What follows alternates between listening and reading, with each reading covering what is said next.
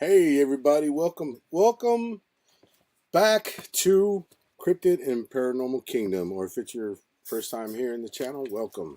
Uh guys, I have a very special show for y'all tonight. Being, my 1 year anniversary here on YouTube. Thank you for everybody that,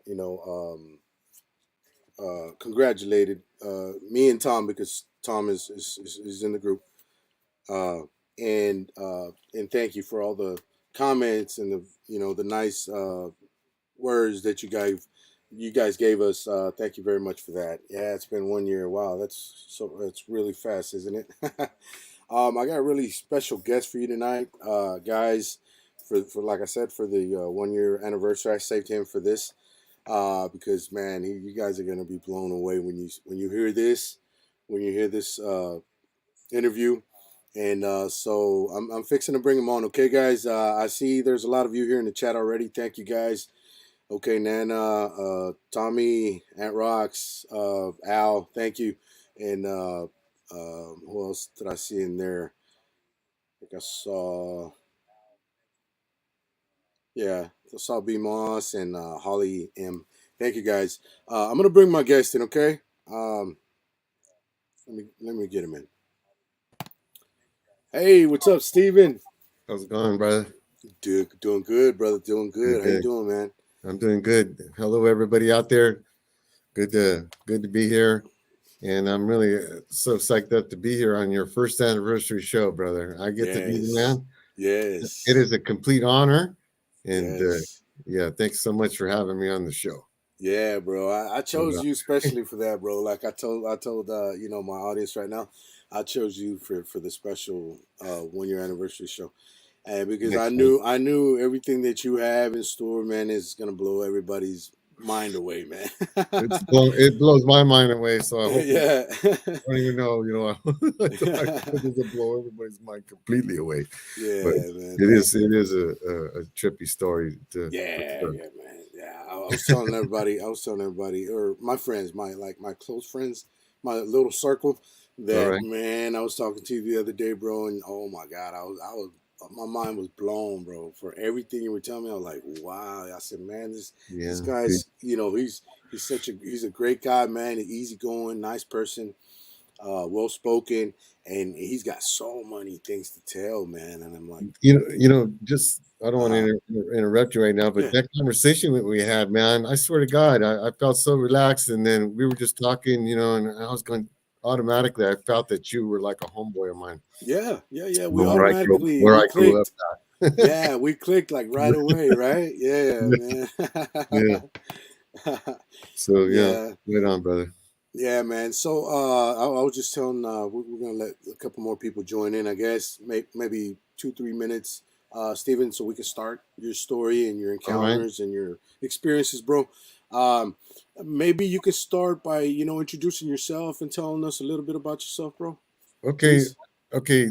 You know, I grew up in the East Bay of the Bay Area right here in California, and a little barrio called Decoto. However, my people they come from Arizona on the reservations of the Yaqui Papago people. So my ancestry is from there. Right. And then my just like everybody's family, man, we migrated everywhere, right? They wound up in Union City, Decoto. I grew up there and Right. graduated, went to college there. And fortunately, when I was a little kid, I still had my Native American community growing up there. Everybody spread out now. We only get to see each other this way these days. Right. So I was lucky that way, and I got to spend a lot of time with one of my elders who actually taught me a lot of things about edible foods of the forest here in the East Bay. You got to tell us everything about that, bro. A little bit, Yeah. okay? So Yes. anyway, check this out. I was an athlete. I like to play baseball. It was my Nice. number one sport. But you Nice. know what? To get into solid shape for baseball, I'd go running up in the hills. And just being an athlete, my dad athlete, he played semi-professional and professional baseball, played for the Air Force baseball team. And he's a Puerto Rican man. I just wanted to put that out there because you know to all my Puerto Rican people out there. And Hmm. you know, so I'm a mestizo, including having a little Right. Mexicano You in were me. telling right. You were telling me your So dad is Puerto Rican, right? And your mom yeah, is Native American. yeah, she's Yaqui, and she's Yaki. also, but she, you know, but she also has Mexicana in her too. So Cool. we're, you know, Okay. and I love all my cultures. So Hmm. I embrace all of them, and you know, in October, like I was saying earlier, you know, I make acorn meal every year. Go gather the acorns, and then holiday seasons we're eating pasteles and tamales, and Yeah. just Yeah. just living life, man, the way that everything is. So you know, I'm the only person in my family though that went to college, and then Okay. I have an AA degree in art and from Ohlone College, and which was the local Ohlone people of the Bay Area. That's the Native American tribe there. Hmm. So I actually went to that college because of the name, because I was going to graduate from an Ohlone college. That's what I thought it was going to be. I was going to be with a bunch of Native American folks right out of high And school. it wasn't. But it's everybody. It was just a Ohlone college, man. Yeah. I got my AA degree there. And you know, I went into the California Conservation Corps, and then I was a forest firefighter and conservationist for you know, a couple of years there, and I met a lot of my you know, that this is going way back 40 years ago, and to this day, my roommates are from those days are my best friends to this day. Because you know, Right. once you fight forest fires and you're in trenches with other people, you get close to them, man. And you know what? Your weekends with them, because everybody has to be close by. You get pretty Right. close. So those folks are still in there. Hey, so let me ask you real quick, man. I'm sorry to interrupt. So you're originally from Arizona, you told me, right? And That's where my right, people are from. that's where your people are from. Yes, and then but you live in what Northern California right now, right? Yeah, I live over by Placerville, California, Okay, okay. which How is long? When did you move there from? From Arizona? well, you know what? My my people moved from Arizona. That was like back in the Oh, long time 40s. ago. Oh, okay, okay, So okay, they were there for a period of time. So they've okay, always been there. okay. Okay, but let me go back after Yeah. the Conservation Corps. You know what? I needed to become a naturalist, man. So I went to Cal State Hayward and got my bachelor of science degree in park and recreation. And you know, I got into Sonoma Lonely Wilderness, which was one of my destinations to be in, Hmm. and studying entomology there, which is the study of, you know, insects and spiders. As an interpretive student aide, I get to do a lot of things. They let you go to different classes. Hmm. I'm also a graduate of the, you know, the interpretive aid student training academy, man. Now that's a 3-year commitment that you make, and this is after you graduate with your bachelor of science degree, Hmm. and then you learn all the sciences there, geology, botany, uh, anything having to do with the park, you know, dendrology, study of trees. And then here's the big thing, man, animal tracking. And, you know, to me, when I first learned how to do animal tracking, Hmm. I, I, I took to it really, it's really simple and easy, right? It's fun to do. If you're a teacher of nature, you're out there teaching, you have your backpack full of your gear, you're out there, you see a nice track, you with a bunch of people, follow, dude. You mix your water, your plaster of Paris, you boom, boom, you go like that. Instant enlightenment, bro. Just like Wow. that. Everybody go like that. You water, you get it hard, nice and hard, you water it down, shake it, you know, clean it off with a toothbrush. Everybody gets Christmas presents from me that way. You know, I could cover the Mhm. whole family on $20 using plaster of Paris, and I'll That's give them funny. masterpieces of tracks that I make out there. Tracks, yeah. And you know, I gave my brother an awesome black bear track a couple years ago. You know, and like coyote tracks, Right. even bird tracks. Anything that I could lay down plaster on, I'll lay it on there. So I've been tracking animals, I'd say now for, whew, my gosh, 35 years or more. 'Cause Wow. I'm an old timer, but I'm still in shape, man, to do my job. Yeah, you don't want. I don't want to say your age because you told me just a while ago, but you do not look the age you say you are, man. You do Hey, not. You look way hey, younger, brother. the secret is, hey, stay in shape, go outside every day, run, and do the things that you normally do. Even after you encounter this thing that I'm going to talk to you about, don't let. But I'll talk to you about that a little bit more. Yeah. But check this out. So I'm working my gig, right, as a naturalist, and I'm working at the, after Sonoma Wilderness for 3 years. I went to the Hayward Shoreline for 5 years. And that area is a really good, beautiful mud flat area. So I was able to track shorebirds, so long-billed curlews, oyster catchers, any animal you hang by the mud flats, they go over there. You take a photograph over there, you mix your plaster repair, you go over there, you pull it out. Like I was saying, it's always a beautiful, fun thing to do. So you learn how the tracking. They show you how to track. that's one of the classes that you take in the interpretive Wow. student aid training academies, right? Like I was saying, like one gig will be at one park and you'll be studying geology, a whole day on geology. And then you'll go to another park and then there'll be an expert who teaches you about tracking. It's an incredible science. There's things to it that it goes beyond just seeing a track, laying down some plaster, throwing it in there, and go out there. Right? Mm-hmm. Creatures move. They move through the forest certain ways. You do it a little bit more. You start following these things, and you start learning how they put their feet down and what they are, where they're going, and things of that nature. And then sure enough, you get into it, and to me it's like second nature. I just my tracking bag is packed and ready to go at all times. It's even right now ready to go in my trunk of my car.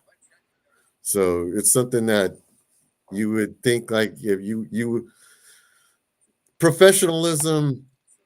And like, take for example somebody who takes martial arts all the way, right? They commit themselves to do something. They're badass at what they do.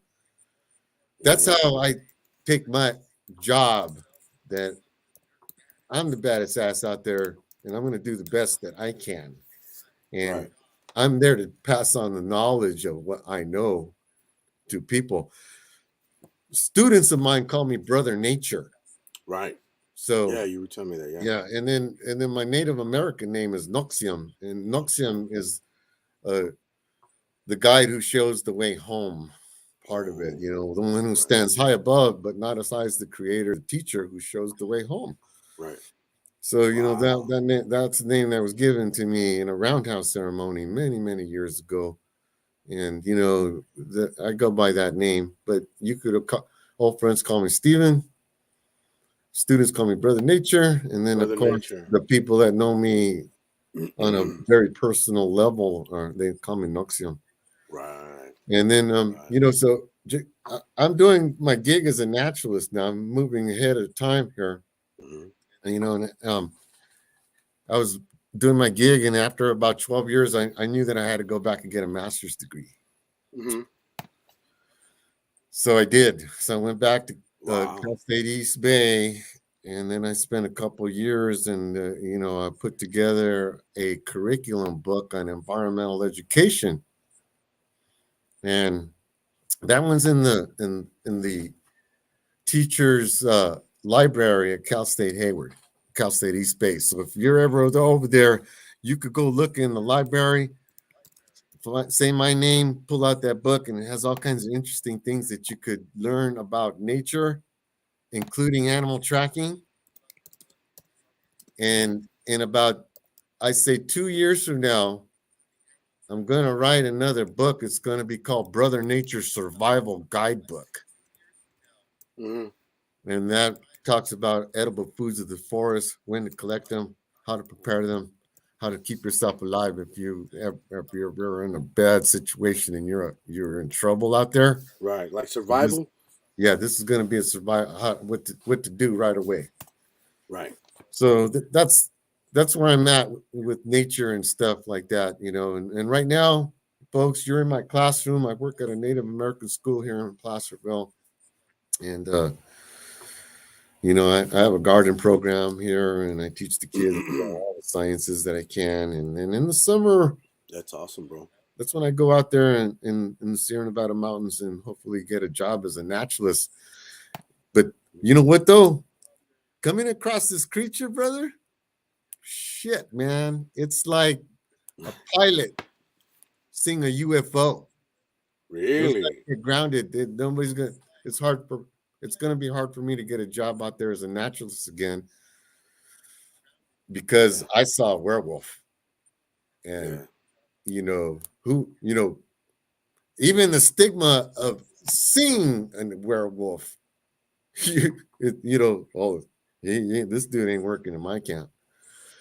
But Yeah. you know what? I'm not worried about that. You know, it's the grace of the Great Spirit that I'm even here talking to you right now. And Yeah. I'm Thank on you, man. assignment by the Great Spirit, the Creator. Wherever the Creator wants me to go is where I'll go, and that's where I'll be. And wherever I'm at is the job that I do the best I can. And I'm always working with people. Right. Right. So I'm just letting, you know, just giving your viewers a little background that, you know, yeah, that's what I've been up to as a naturalist. And oh, I was a backcountry naturalist in Yosemite for 15 years. Damn. Shit, I've been all over the Sierra Nevada mountains. Continue to go. This creature might have chased my ass out of my camp. Yeah. You know, I had 10 days tracking this fucker in the wilderness, man, and it scared the shit out of me. Continue to do so. But you know what? He ain't going to scare me from going to go back into the mountains because those are my mountains. Right. And you know what? Exactly. Yeah, you know, That's your land. You know what I yeah, mean? Yeah. that's my land. And you know what? It is out there. It's a real deal. Mm-hmm. And, but it ain't going to chase me away from my land, man. So I do know ways to stay away from it. And Mm-hmm. and I'll do that because you don't want to get close to this thing. Mm-hmm. Nobody wants to get close to this thing, bro. I know, You bro. don't pull around, man. But anyway, Hey, I was gonna ask you, man. Let's see, what was it? I kind of lost track of thought, but oh yeah. So you being native, part Puerto Rican, and part Mexican as well, and and obviously Native American. Um, you speak different languages, right? You were telling me because you behind stage you spoke to me something now, and that's another thing I was going to ask you if you could tell us something in your native tongue, in the in your Yaqui language, man. Because oh yeah, sure, guys, he speaks English, Spanish, and he speaks his native tongue, which is Yaqui, right? yes, And yeah. and hey, whoa, okay, tell me this, Stephen. Can you tell me, Carlito, happy first anniversary on your show. Congratulations. Can you tell me that in your native language, bro? That'd Man, be awesome, man. yeah, However you can I don't know how to compose that. translate. I could tell it to you something similar, Yeah, right? yeah. However you can compose it. Carlito, Yeah. Carlito, Bishop El Hachkab Arnitich. Tinich no Siam, I te lo in Chuchin Tingangame, Umitake Yatse, oh, your show. Nice. Yeah. Thank Yeah, you, brother. Appreciate right that. on Yeah, now. yeah. That sounds Yeah, awesome, man. I wish I could speak like that, man. I wish I could speak so, that. so I was kind of like telling you, I te lo, you know, I Yeah. see that you're here to help humanity and things, and you're a good dude, man. And thanks for Thank having you. the podcast. So, Yeah, man. you know, I think like I think likewise, brother, and I think like can, can, our can, small circle. What? can I tell you something really quick though? You know, Yeah, go ahead. Yeah. like the normal greeting that people say to each other, you know, Hmm. is that the thing is you say "Bishe be'er." That's that right there is, hey, you know, you're acknowledging somebody. Hey, how are you? How's your road going? Yeah. Right? Bishe Right. be'er, and then you tell them "Hachka wa'alen ditch." You know, Hmm. you know, it's really good to see you. So it's like a language that you you, you want to wake people up with, I guess. Anyway, right Yeah. on though. Thank you, man. Thank you. And what was I gonna say? What was I talking about? I'm sorry, I kind of lost track of thought. um, Yeah. Well, well, your well, language, I think it's awesome. we could get into this story now. Yeah, but well, yeah, but I was talking about your language. I wish I could speak that, man. Hopefully, one day I can, learn because I like to auto or self teach myself because I speak like 25% Italian, so I'm trilingual. I speak Spanish, English, and Italian. But Mhm. I'd like to learn that language like a Native American, you know, Cherokee, Apache, Comanche, Yeah, whatever yeah, language, that way I can, kind of touch roots with, my ancestors and, and the, people from, the forest people and all that. But yeah. yeah, man, that's awesome. That's I awesome, man. gotta Thank you. practice all the time because I'm Yeah, separated from my people all the time. and But yeah, and another I thing I still practice. okay, and another thing I was gonna say, man, thank you for being here tonight, man. I really, really appreciate you because I thought maybe you weren't gonna be, on shirts on such short notice. You know what I mean? Because we only talked like what a week ago, barely. Oh man, yeah. So yeah, yeah. Yeah, it's been a trip, and you know what? Check this out, man. I missed a fishing trip with the fellas this past weekend over in Merced River. Oh man, but it's all good, dude. I thought that this was my cousin Lisa. You gotta be there. You can't go. I'm all right. Yeah, and you know what's so special about this? Like I was telling you on the pre-interview, is that I've been wanting to have a Native American on my show for the longest time, bro. But I had a couple other prospects, but they always had some type of maybe medical condition or didn't have the right gear to go on the show or whatnot. But and I didn't really want to press those buttons too much. You know what I'm saying? Because I know it's like a touchy subject on speaking about cryptids to a Native American or native. The other way I should say Native American speaking of cryptids. Yes. We know that everybody here in the Yeah. audience in the chat knows that Native Americans really don't like to talk about cryptids or certain cryptids or certain Mm. things that they Yeah. know because We don't like to talk about this subject, yeah, and yeah. I don't really like to talk about this subject. Yeah, I know, and However, I was telling you, my name is Noxium. So the creator doesn't give me anything that I can't handle, man. At least I right. hope so. And I'm this has been an extremely spooky time. Mm-hmm. And it is true that we don't talk about this. We're not really, it's a taboo subject, and you don't want to draw this thing any close to you. Right, right. Because yeah, you And don't want to draw I it. don't want Yeah, that either. yeah. You don't want to invoke it. However, Basically, yeah. I am a channeler between worlds. Mm-hmm. The creator puts me in here, and there's something going on beyond our comprehension here, that people are seeing this creature more and more. Mm-hmm. So I'm just letting people know a few things that about it, how to protect themselves if they see it, things like Right, that. Even right. I have to protect myself after I'm even talking to you today. Exactly, exactly. Even I have to protect myself every single day of my life, Right. the rest of my life. But that's no big deal. I do the prayers that I'm supposed to do every day anyway. The creator wants to know what you're doing. So all you got to do is let the creator know, and Well, you know what? you'll You know feel what I better about think. yourself. You know what I think? I think also, Stephen, like I was mentioning earlier, my small circle that I have of cryptid friends, right? I think we're actually I think we were meant to put this type of information out there for the public to realize it's real.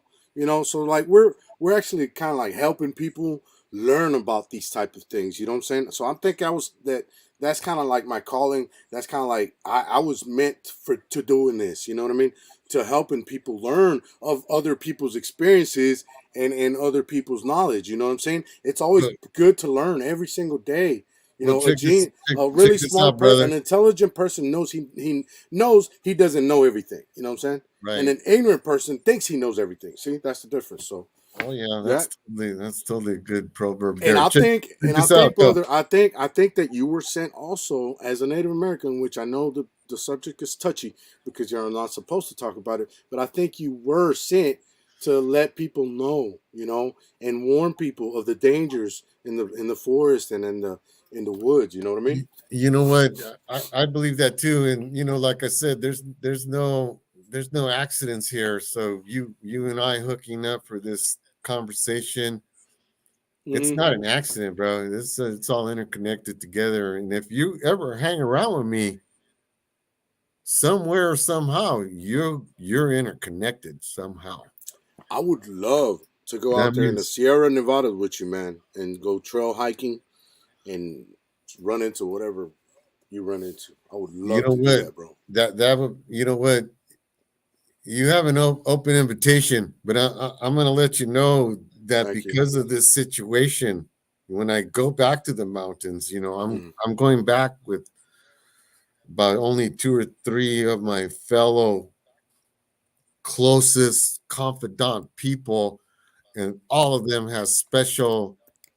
Uh, they all got special powers to be there.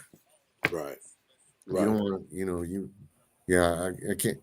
So yeah, so Right. Well, they you got got the to be special careful out powers there. to handle. Right. They got the special powers to handle whatever might come Yeah, their way. yeah, just Yeah. and even then, when we go back in the mountains, because I honestly was thinking of going back in May, at the end of Mm-hmm. May, at the thaw of spring thaw of the mountains, Mm-hmm.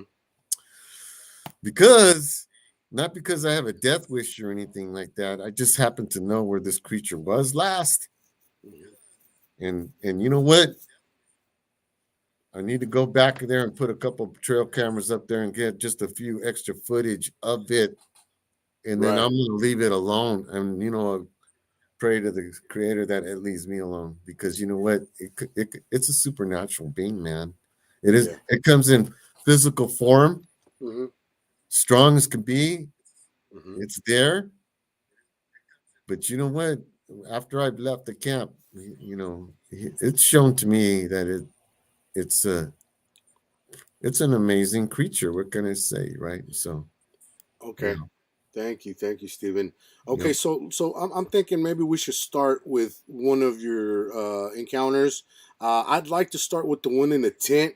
I don't know how long ago that was because I know you had many, but I like the one in the tent. That's Man, very interesting. you know what? I'll tell you what. This is what happened here, folks. Mm-hmm.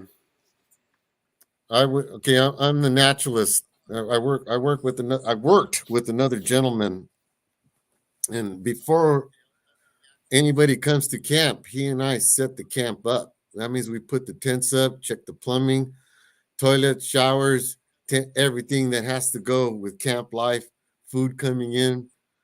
Uh, it runs like a little city at this little camp, and I'm actually fucking heartbroken that I'm not even there anymore because the thing chased me out of my camp. Right. So it ended my 34-year streak of being a naturalist, unless something happens and I'm working that. But I don't need to be a naturalist like that anymore. I'm a naturalist here with my kids working on my Right. garden. That's good enough for me right now, especially after what happened to me. So check this out. My very first night there. Now look, I've been sleeping in tents last 30 years. When every right. camp I go, people like to stay in cabins. I do Right. stay in a cabin occasionally. Mm-hmm. I have my own cabin, Mm-hmm. but I prefer to be outside, man, In out the there, tent. right in nature. That's why that's the thing for me. Invigorating. Open Mm-hmm. my tent up, see the sun, moon rising, animals, Right. birds chirping, snakes Yeah. moving, Nat- mammals. nature Man, at its best. Nature at its nature. best. Yes. Boom. I don't need a TV. That's my TV right there. Mm-hmm. Everything I want to see is right there. Everything I want to eat is at camp. I don't even have to leave for 6 months, which is really bothering me, man. because I love my 6 months at camp. I can stay there and not even leave. I don't even have to leave it once. Right. If I wanted to, unless I go check out a concert or something. So anyway, I pitched my tent that night. It was a full moon night. Ooh. It was 34 degrees that night, so it was cold, right? I had extra blankets over me. And I'm in my brand new tent. This thing, I'm all happy. I got this big ass tent. It's like a three bedroom house. I bought a big one, man, because I have a lot of things. I got tracking bags, jolly bag. I got bags for every single subject you could think of in nature. Everything's right there. My binos are there. Poof! I grab it. I'm gone. Meet my groups. I'm gone. Mm-hmm. So I just want to let you know I'm all fired up to do my job all the time. So that night, and I'm telling you, at approximately 3:19 a.m., I hear boom, boom, boom, boom, boom, right next to my tent. It's full moon. You could see right through my tent. It's a tent, man. Oh yeah, yeah. Not only that, I had one of the screens down a little bit, and to get some fresh air in there, even though it was cold. Like I said, I was all blanketed up. I had like 6 blankets up, and my head was covered. I was pretty warm, so it was nice. And I was facing that way. Mm-hmm. So this thing comes over and just whoo, right there, right next to my tent. Whoo! And then he goes like this and they've never seen a tent before. This animal's an ancient creature. Mm-hmm. So new things in the world, it's weary about them. So he went like this to my tent. And he right there, well, just him. I awoke first by its footsteps. Ooh. They were boom, boom, boom. We're talking weight of over 250 pounds. God damn. Boom, boom, boom. Comes right over to me, right? Check this out. I'm looking at this thing right then, bro. And I'm just going. Now, I'm a pretty tough guy. I sleep outside all the times, right? I have a pot and pan there. If a bear comes, bam, bam, bam, bam, chases them away all the time, right? Yeah. I sleep with a stiletto, a knife this long with me, and I also have my clubs all around me. Yeah. But that's all I have for protection. I don't have a gun. I never even carry a gun ever. No. I don't. Like I said, all I needed to do is the pot and pan trick and chase things away. But I'm not even grabbing my pot and pan this time, dude. I'm fucking going. And I'm quiet. And I ain't moving. I know. Okay, animal medicine. I'm using a possum medicine right now. Mm-hmm. And then that means you just curl up and play dead and don't move. Go into a shock, stay there. And I was projecting my mind to this thing. And I know what you are. I know what it is right away. And I just went, I'm Brother Nature here. And, I didn't know you were here. Mm-hmm. I go, don't kill me. Don't eat me. Leave me alone. And it went like this. Mm-hmm. Cracked its neck. Tried to get me to move, right? Because it goes to movement. It goes to movements and sound. It's a canine animal at that point. So, it's a shapeshifter. Its favorite animal is a wolf. He loves to be a wolf man. Yeah. He loves that wolf man. Yeah, yeah. And yeah, he does, yeah. So because they can change it to any animal, right? You said? You know what? I don't know okay, look at, I know a lot of magical ways, right? Mhm. So naturally I work with plants. I work with what is known as white magic. I make poultices, Yes. medicines. I'm in it for the benefit of humanity, right? I didn't want to say it. I was hoping you would say it yourself, but yeah, he's a shaman, guys. He's a shaman.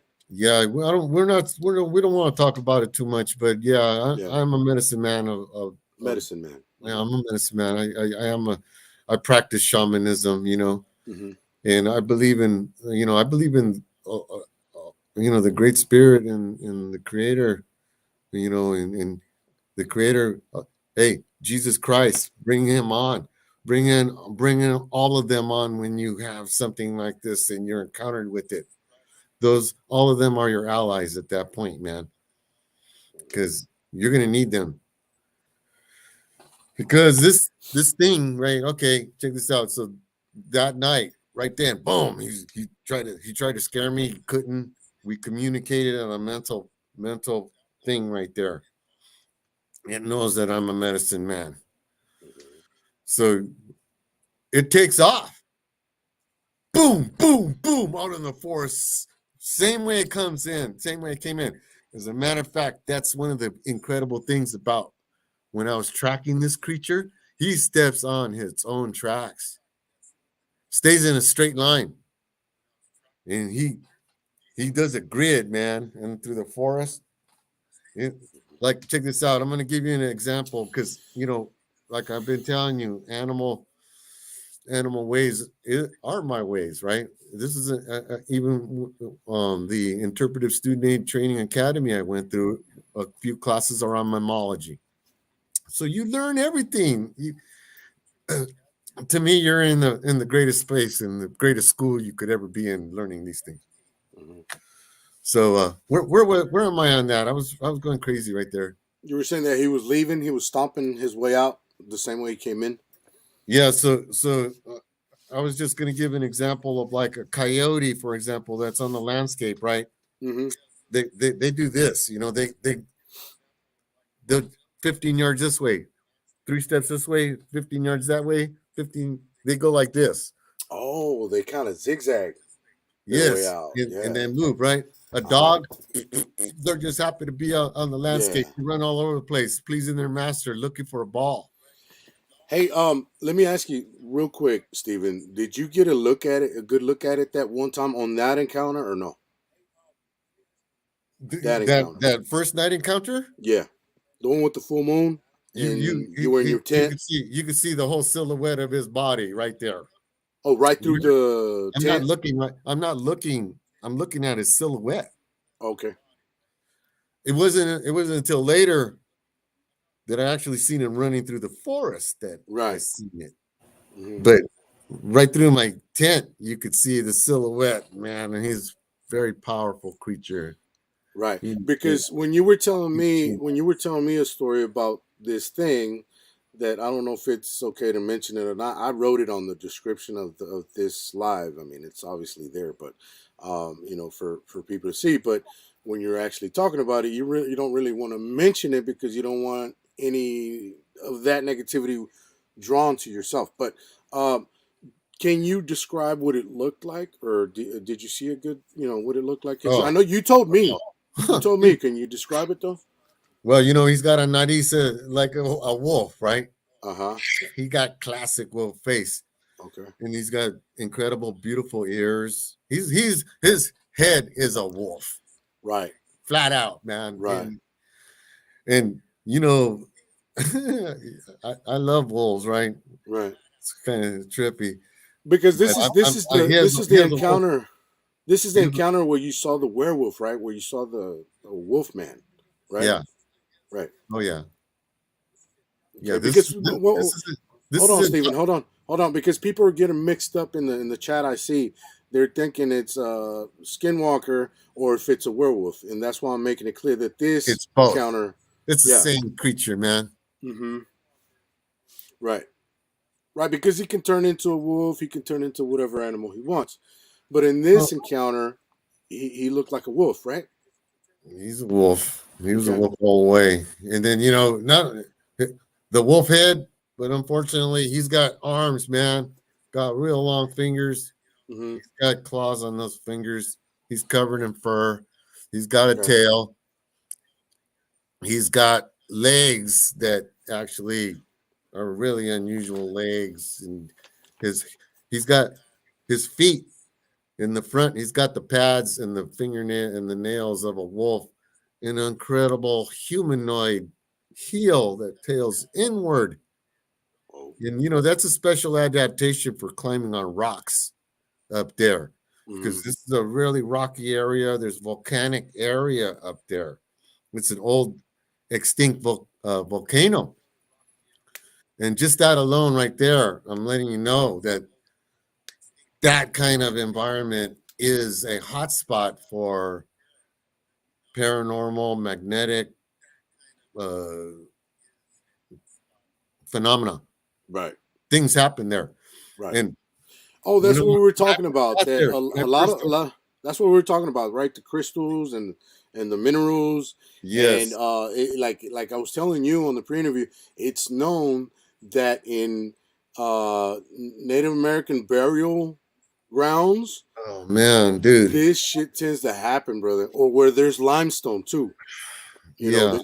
that shit tends to happen like crazy, weird shit goes on around those areas.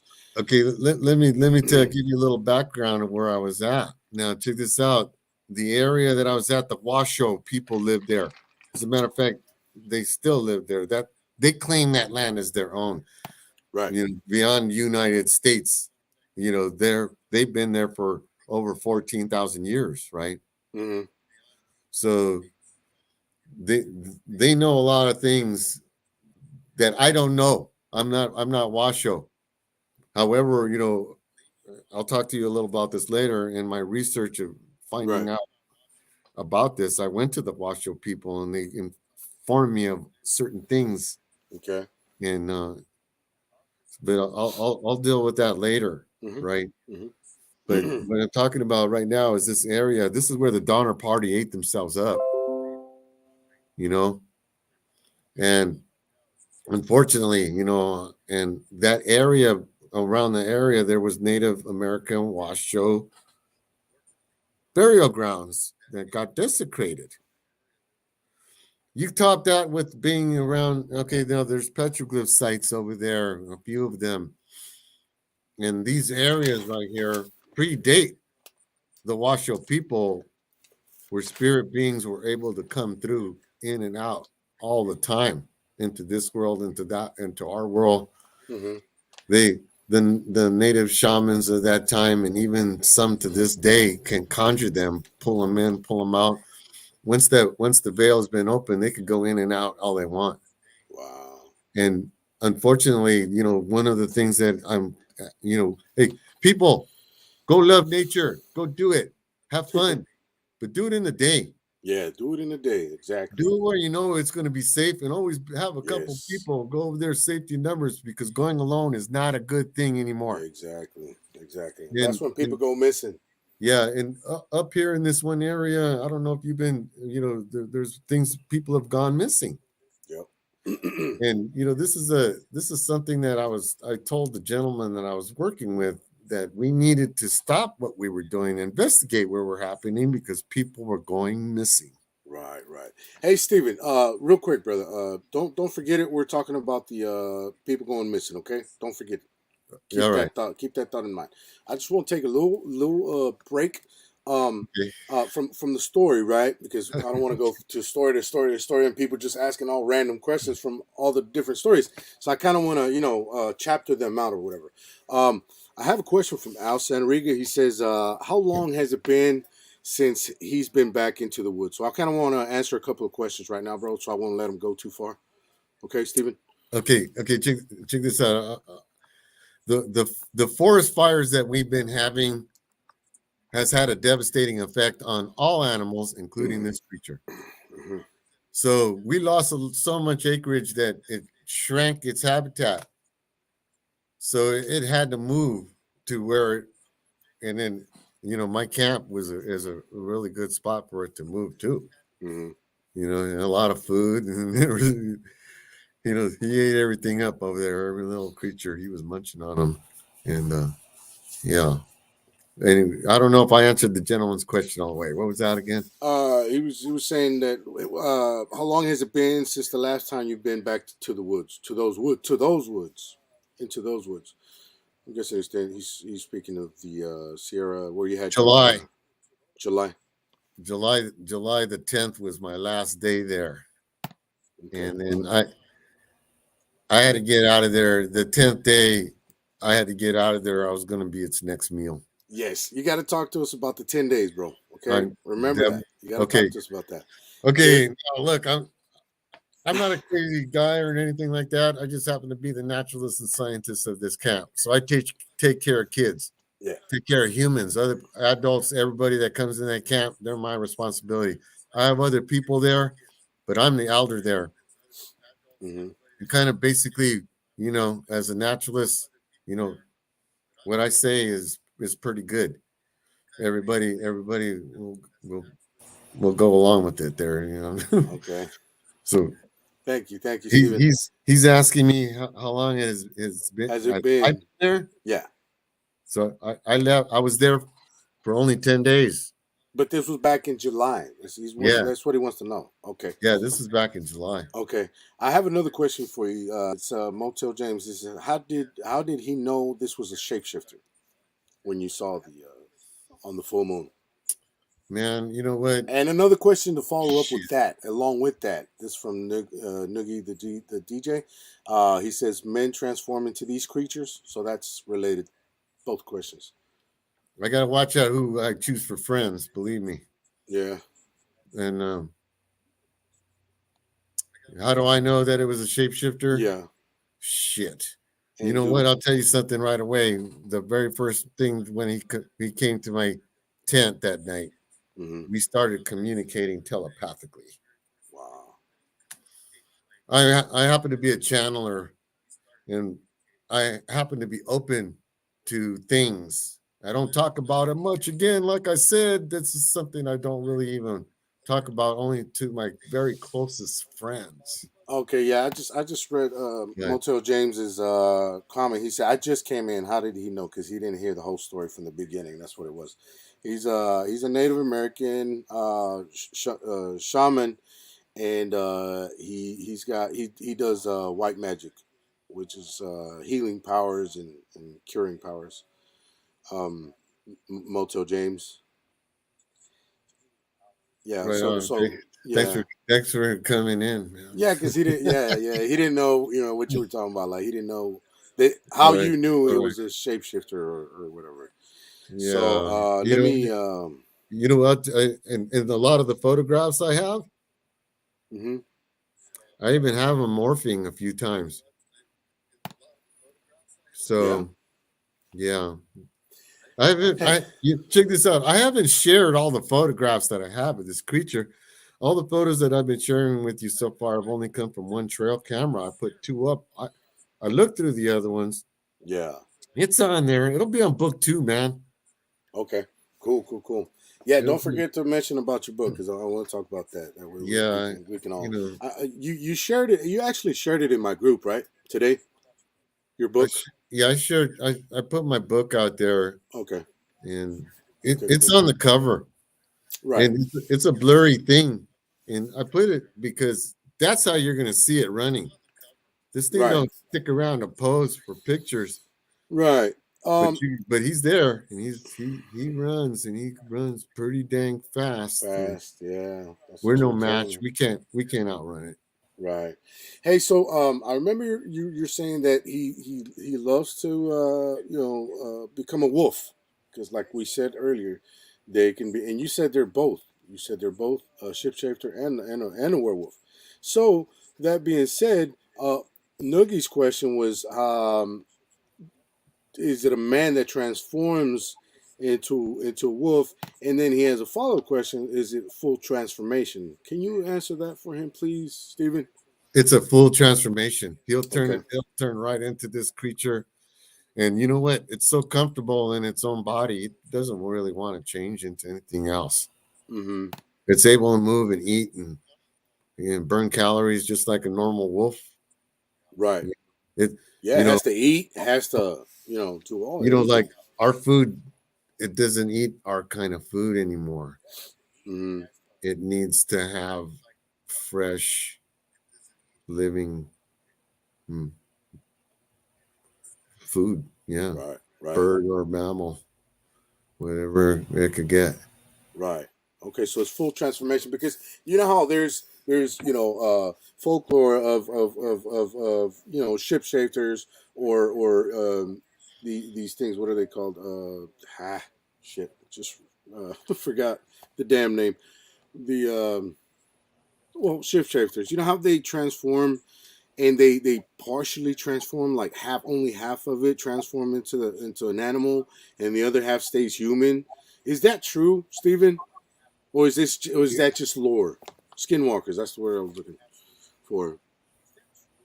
You know, Shapeshifters or skinwalkers. yeah, you know, it could start out as one thing and then turn into this other thing. Mm-hmm. But like I said, it's pretty comfortable in its wolf-like state, and, I think it would rather prefer to be in that state. Mm-hmm. Yeah, and Okay. man, it's an ancient creature. This is not something that is like brand new. Like it just happened, man. This creature's been around for a couple hundred years. Keeps going in and out of the vortex. Yeah. This is a phenomenon that's taking place all across this country, folks. Mm-hmm. It's unfortunately, check this out. A long time ago, they wanted to tell you that aerosol spray cans were the cause of the ozone depletion in the atmosphere. The CFCs were going in because of the sprays. Mm-hmm. It was the atomic testing that we fucking humans have been doing this whole time that's been interrupting the magnetic fields of the outer layers of the earth. Mm-hmm. And that's why these things are out here now that are they're able to come through the veil a little bit more fast. And you know what? They they don't want people up in their in in the highest regions where they are. They want to basically be left alone by us humans. And they have the highest elevations where they prefer to be. So that's a message to you right there. Don't Once again, go in groups, be careful, Mm-hmm. enjoy yourself. Right. You see this thing, head back the other way and don't look back. Don't look back. Exactly. Exactly. Yes, Get sir. out of there. Stephen, one last question before we continue our journey. Is from Nick the DJ. He's one more question. He said he wants to know: do skinwalkers roam by themselves? Do you know the answer to that? Man, you know what, brother? Oh my gosh. You know what? They they're wolves, man. So they could be solitary wolf, Mm-hmm. but they can run in packs. Yeah. And there's others of their kind. They could go together. They But could go on. have you? I mean, have you ever seen more than one? Or I mean, maybe your ancestors told you stories about maybe seeing them in a group. Stay. Just I never heard about. I know that they can get into groups because Mm-hmm. they they're wolves, right? So Mm-hmm. they know they're canine. They want to pack. They want to hang out together. Mm-hmm. But for the most part, they're more individual and they got to go on their own, right? Mm-hmm. But I don't know what happens when they go on the other side. I don't know exactly how many there are on the other side of that veil, you know. Mm-hmm. Mm-hmm. And I just want to touch base on the there's a couple areas that I know that are very sacred areas to the Washoe people out there. Mm-hmm. And that's where the Native Americans used to do their ceremonies, the shamans, the old shamans, right? They know about more about this stuff than I do, right? Because they were on the front lines practicing it day by day by day. I got to live in this culture here. So I got to shapeshift myself, living over here, living in this Western culture, living in this Native American way that I know is also very true, paranormal, dimensional is the reality. Mhm. Because this isn't the only time and the only experience I've had with other dimensional beings. Whew. So Yeah. yeah, man. Mhm. Yep. Yeah, thank you, man. Thank you for answering that. And I was gonna say, okay, I got a question, another question. I'm sorry, from Al Sanariga. He's a real good buddy of mine. Well, everybody's good friend. Question: Where do skinwalkers live? Well, this one Is lives in the Sierra Nevada mountains, 7,000-foot elevation. is there certain areas that they live in though? I mean, do they ever are they ever seen like in small population towns or anything like that, or just You know, strictly in the mountains or caves or stuff like that? interesting enough, man. There's Hmm. things out there. This creature isn't just found here. Hmm. It's in the Philippines. It's in Palo Santo in Brazil. You Hmm. know, there's a there. All these areas have volcanic magnetism areas, right? There's a spirit, there's an earth spirit coming out that's real, and Hmm. it could even be measured by people using rods, people using these devices these days. I don't need any of that stuff, man. The Hmm. vibrations come right through here and go all the way through. I know when things are around me, and I could even see them by opening up, uh, channeling my body. Hmm. These are things that I don't really like to see, man. Like I said, I like to be on this side of the veil. I have to work on the Western culture end of things. I'm finding out shit. I would rather just fucking watch TV every now and then than fucking Right. deal with this thing, man. Hey, Steven, I got a good comment here from my good friend Laura. Okay, Nana. She says, and if they get, let me see, hold on. Let me go back to the first part. It says it's hard for people to gather in all this, Steven. But I understand where you're coming from. I grew up all around this. She's also Native American. And then her following comment says, and if they get shot, people have seen them morph into their normal person, or the next day their enemy has a leg wounded. Can you tell us about that? Do you know anything about that? I've heard of that before, Yeah, where they shoot them and then the next day they see somebody wounded in their leg. that That's crazy. that is a quite possibility. I've Hmm. never come across anything like that, so I can't really tell you 100%. But I can tell you 100% that anything is possible with this thing. Right, right, And right. so, and you know what? Check this out. Hmm. If you go out there and you shoot this thing, you're actually just gonna piss it off. That's Yeah, not the way to. yeah. Hey, check this out. When you do your prayers, man, even Uh pray huh. for this thing. Pray for it. Right, exactly. So Stephen, let me ask you this, man, and I know we touched on it, just bringing it back out again. Um, so do you think that some of these dog man sightings or encounters people been having has actually been a skinwalker and not a living, breathing creature as a dog man 24/7, 365 years days out of the year? You know what? Very, very well, You know what I man. mean? There's, Maybe some of them there's, could have been a skinwalker and they never knew it. yeah, They just thought it was straight up dog bed. it very well could be because it is a dog man. Right, It's gonna appear to you as a dog man. It's gonna right. be a wolf man. You're gonna But look at it and say, hmm dog man, wolf man. That's well, exactly what it is. yes, exactly. And you know what? Like my friend Tommy last night on his show, he was saying uh, that that people see these things as different, right? People see them living and breathing creatures. People see them as paranormal or supernatural, and some people think they're skinwalkers.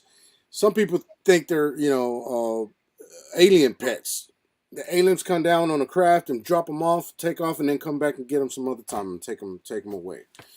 Some people, and that's what Tommy was talking about on his show last night.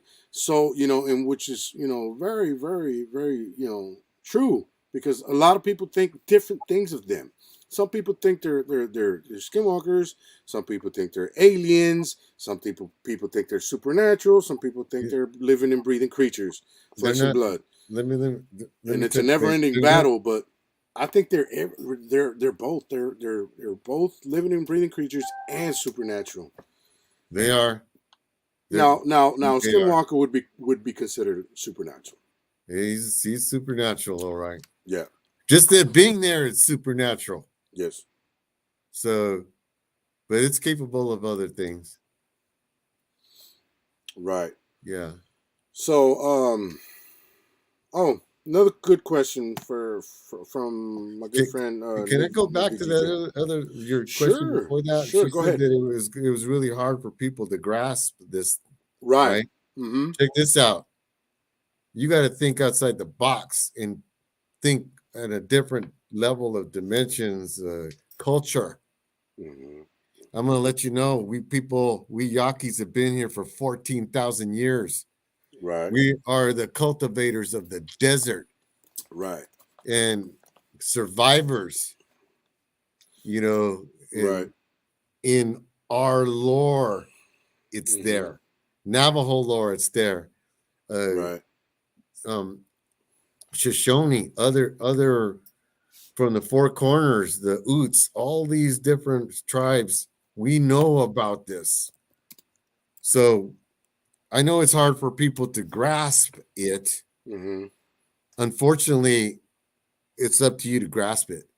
Mm-hmm. I already know it's a reality, and other people know it's a reality.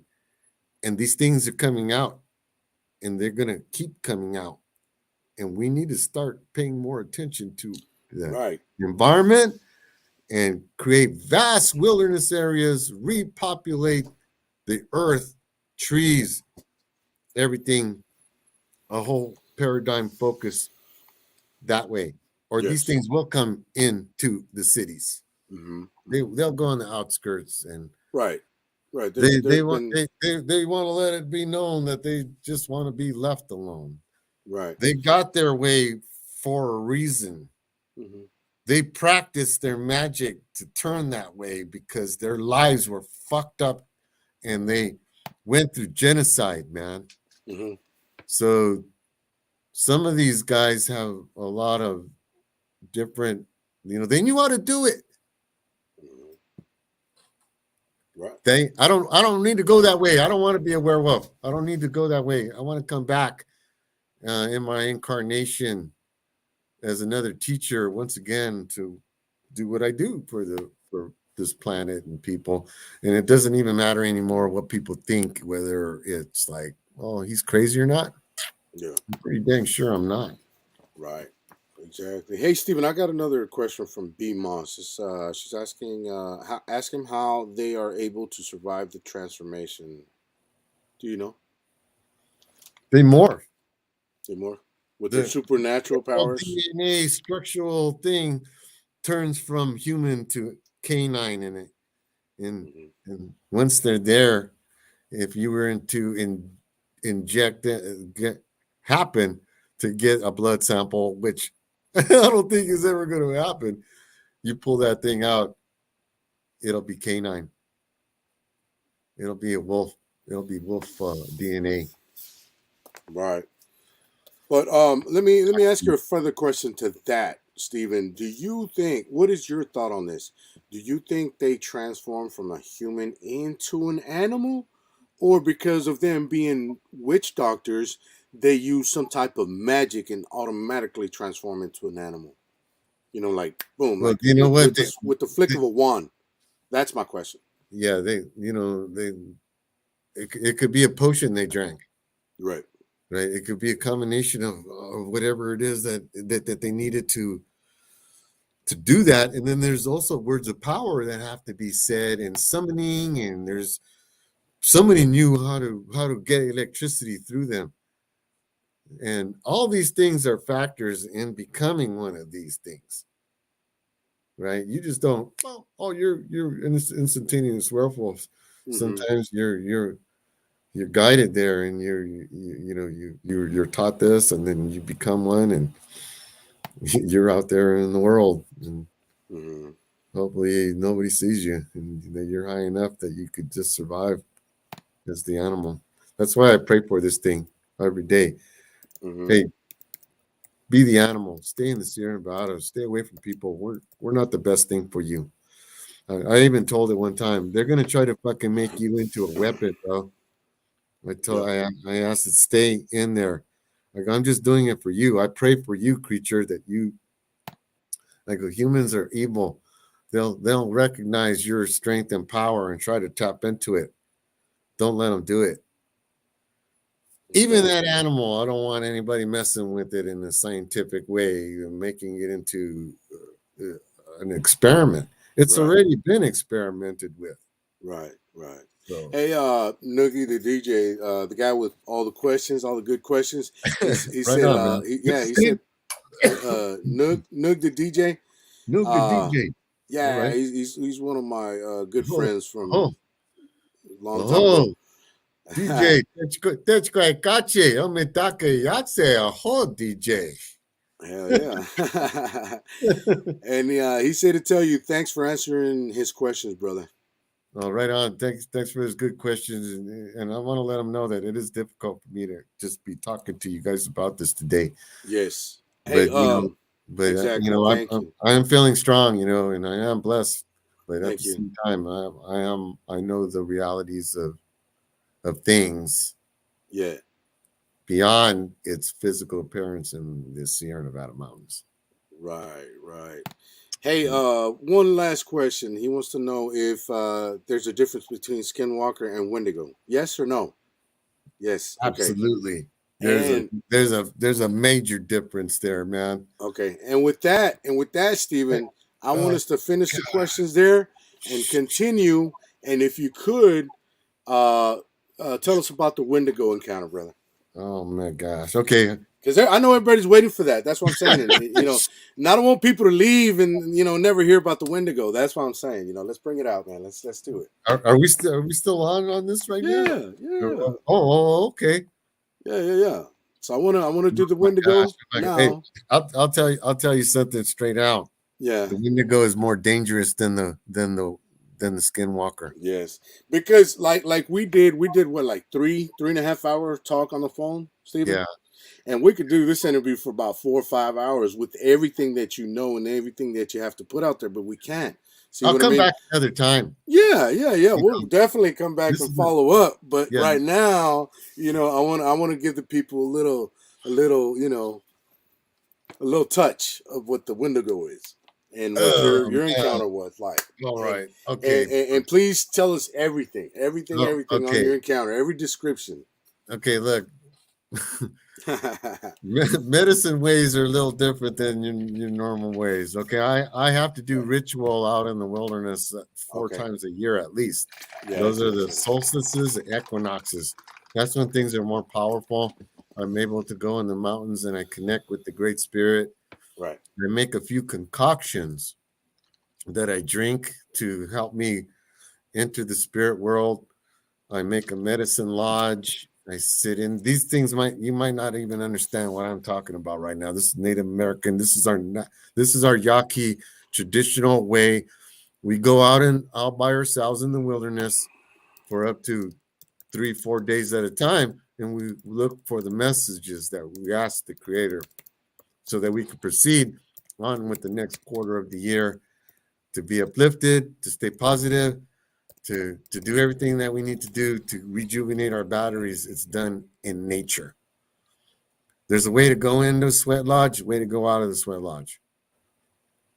My drink, my tonic. I'm there meditating. I get a message from a Wendigo who came up to me and, now that you know how to break into our dimension, what are you going to do with it? Yeah, he spoke to you. Or was it telepathic? Check this out. Now, I'm going to tell you the difference between a Wendigo and a Skinwalker right there. Right. Normally, if I didn't make my medicine lodge and I wasn't secure in my circle and I'm walking around and I come into this thing, you'll never see me again. The Skinwalker, he'll play with you a little bit. It's an intelligent creature. The Wendigo, he's a hungry creature. The Skinwalker is a thinking creature. And he thinks like a wolf, but at the same time, it still has human thought. Doesn't necessarily want to eat you. Doesn't even necessarily want to mess with you. If you see it, like I said, go the other way. And after you see it, you still have to do certain rituals so that you stay safe. Right. So I did come across this Wendigo, and I told it, well, you know what? I'm not sure yet. This is my first time breaking into your dimension. And it kind of was like blown away at me because humans don't normally talk to this thing. Right. But like I said, I'm a channeler, and things seem to talk to me. Right. So it looked at me, and I said, "Yeah, I'm not ready just yet. I might have broke this barrier, and I had done it before. I had done it a few times. I had gone into another dimensions and seen other things, but this is the first time I came across this guy. And let me tell you, man." I don't know who is scarier as shit to look at, fucking the Wendigo or the Skinwalker. Both of them are equally you're gonna piss in your pants, and you won't know what to do really. And when Skinwalker, back up as fast as you can, turn around, don't run, walk away, and then when you get to that safe spot, get the heck out of there. Right. You see a Wendigo, you run, you get out of there. You don't look back, and you run as fast as you can, drop everything, save your life. Right. That's what I know about that. Hey, I wanted to ask you real quick, man. On the Wendigos, did you get a good view at it when you saw it? Because I remember you telling me what it looked like, but can you tell the audience what it looked like the description of it? Can you tell them that? Well, it has antlers. Yeah. It has a deer face, larger eyes than a normal deer. Right. So it has a total incredible deer ears, bigger eyes. It's got the deer, but it has a human body. And and then its teeth, unfortunately, are fucking like a shark's teeth. So it's not like canine teeth from a wolf that will bite you and kind of rip out your flesh. This thing, it'll just chop your head right off and just gobble you up. I hope I hope you never ever have to run into such a thing. What was his legs and his feet like? Hairy. He's dirty. He's dirty. It's dirty. Dirty? Yeah. Did he have he doesn't have the hair all over his body like the wolf Skinwalker. He's got human elements to him. Oh. And but his legs. So it's kind of like a human body. He's got hoofs on the bottom of his feet instead of feet. He's got hoofs. He's got hoofs. Oh, okay. He's got deer hoofs. So he's got human legs with deer hoofs, and his arms are human arms with grasping. Human legs with deer hoofs. Deados. Wow. He doesn't look friendly at all. It's not a good thing. So, hey, just remember whenever you go out there and you get together, check this out. This is a ritual that you need to do to make sure that these things are around you.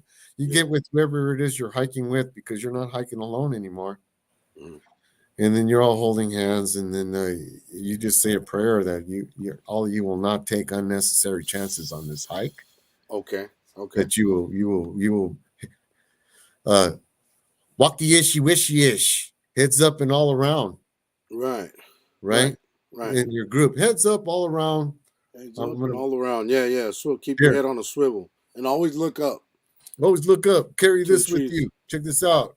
Nice big bundle of sage. Before you go out, you put it on you. Yeah. You you get rid of your human scent. Right. You use Right. this stuff. It doesn't have to be this stuff. Use lavender, aromatherapy, all kinds of beautiful things, Right. smells. That Let, stuff let- doesn't. It'll keep you away. okay. Let me ask you this one question, Steven. Beautiful things. Cryptaville wanted to know if one of these things is coming around. What is the best defense to get rid of to get them to go away? He was talking about skinwalkers, but that goes as well for Wendigo. What's the best way to keep them away from you? What's Check like a this good out. defense? I'll tell you, so Wendigos, they're way out there. So to Mhm. come across one of them, it's the rarest of rare. However, there's people that are missing in the Sierra Nevada mountains, vanished without a trace. I don't know if it's him. I don't know. It very well could be. It could be any one of these. It really could. We don't even know. So just when you go out there, all the protection that you need. And you know what? It's all beautiful stuff anyway, right? It's all earthbound. Uh, I carry my crystal with me wherever I go. It's always on my back pocket. Yes, This is my protector, selenite. and that's what I was going to I don't ask you. even sleep without this thing. Right. My woman, she's all, God dang it, this thing hit me in the head again. Hey, Steven, I have them on the left side of her, right side of me, front door, everywhere. I got these things everywhere, man. I'm gonna call you Noxium. I like All right, Noxium man. better. Thank you. Hey, so what? Because that's your original native name. What can you tell us like on that? Speaking on that, what's good? Or can you tell the audience what's good to have, to carry, to purchase, whatever? Because I've heard that there's like quartz, is good to protect you. I've heard there's necklaces. I've heard there's sages. I've heard there's all kinds of stuff. But what is that right there? Well, check this out. This is my medicine bag right here. Okay.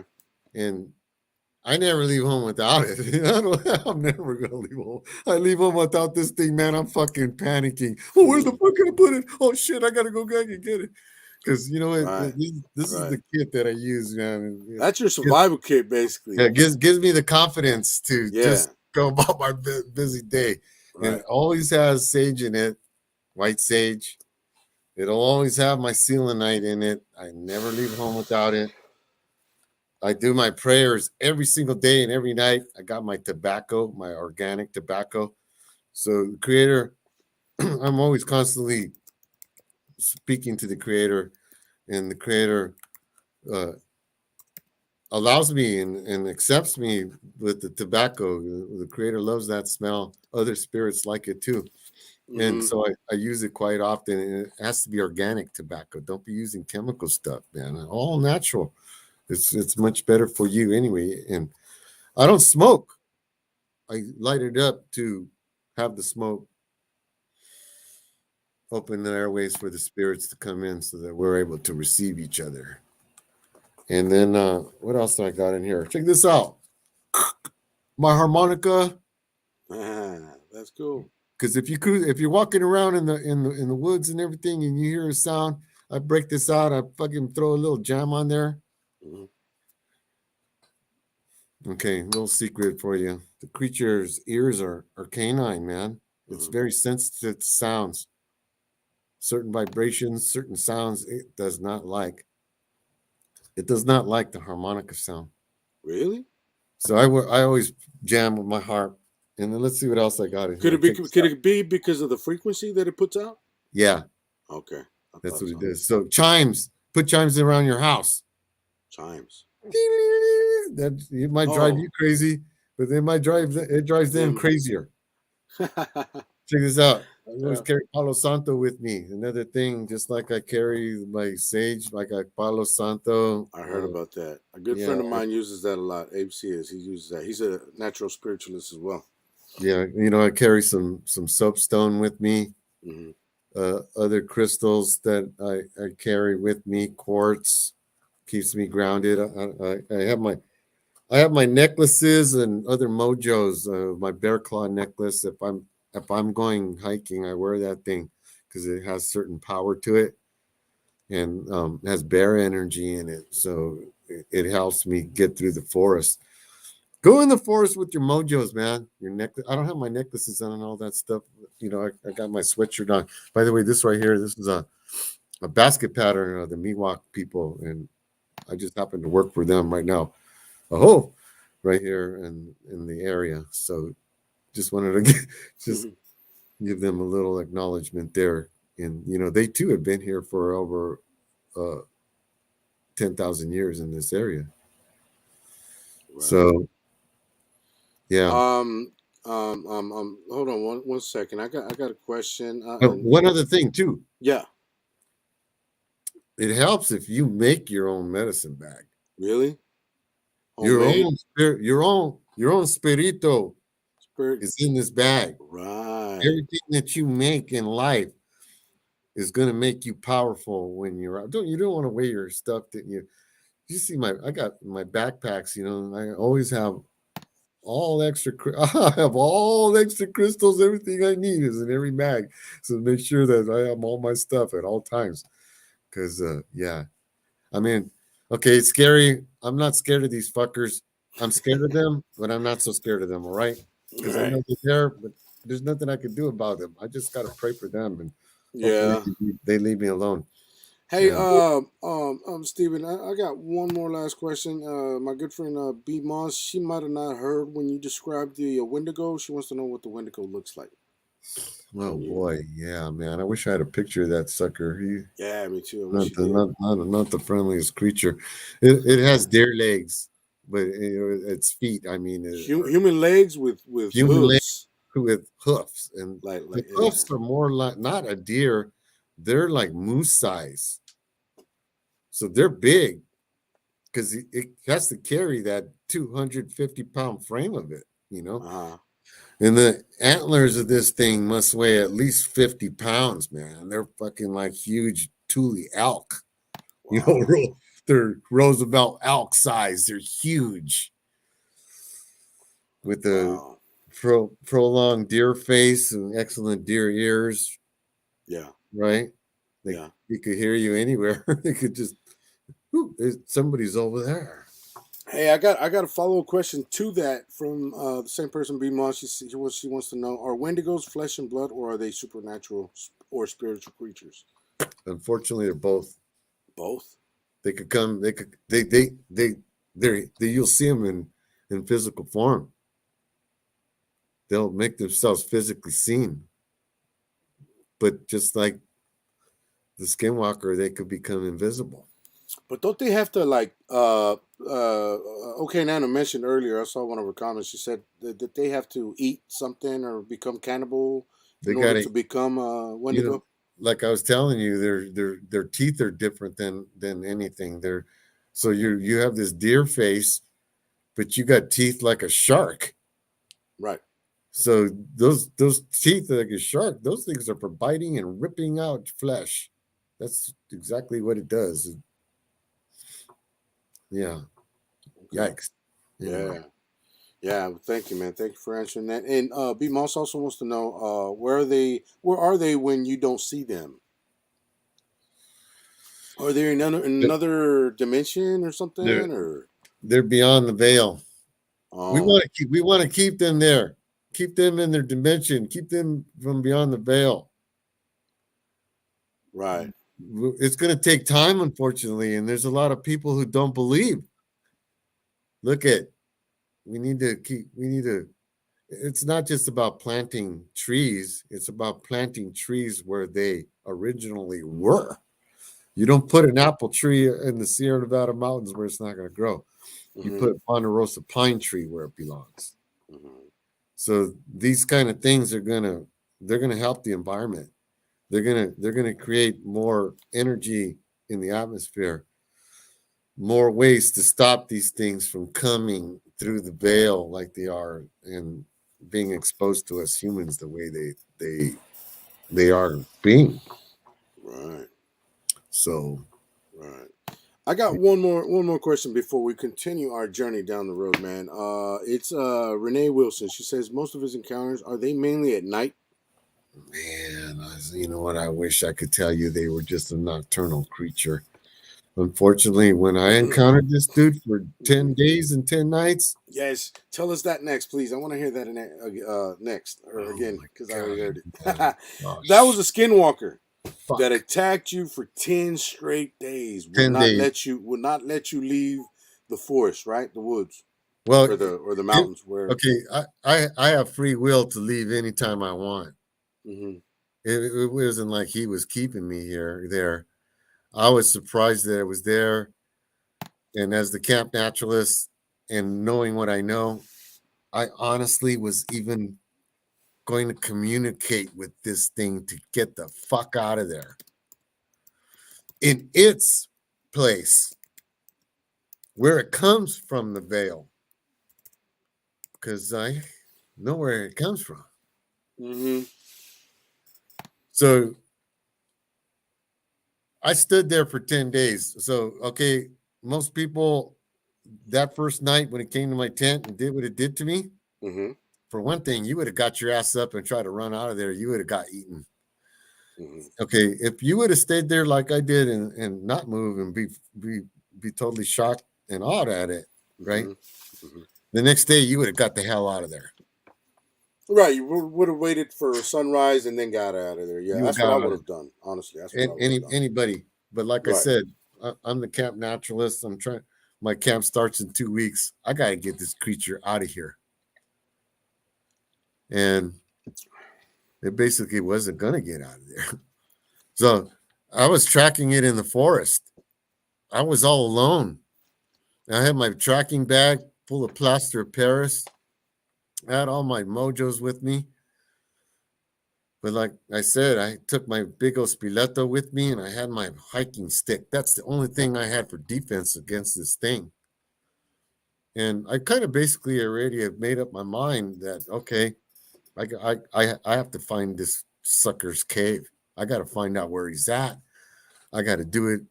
Nobody else even is qualified to do this job except me. Nobody should even try to accept this job. Let me tell you that way, right? Mm-hmm. So, but I'm gonna put it to you in the Yaqui. Kain solim binom bisokshe. The next Noixium, Aite lo, and the Chuchinkangame. This is my forest. Kaimi cancha istiar. That's what I was telling it. I'm the teacher here. This is my forest. We can't coexist here. Right. But I'm tracking it, right? I'm making animal tracks of it because nobody's going to believe me. There's no physical evidence. So I had to stay there and make plaster casted tracks of this thing. I made 18 of them. Each one of them almost costed me my life. Each one of them, the thing was so close. I had to leave them there after I poured the plaster in there, get out of there, come back hours later to retrieve them. Spookiest thing ever, but I was doing it anyway. And then I would put the tracks outside my cabin and I would water them and clean them. Mm-hmm. And because the son of a gun was watching me, he's watching from a distance. That's why all the photographs that you see of this guy, he's in the distance.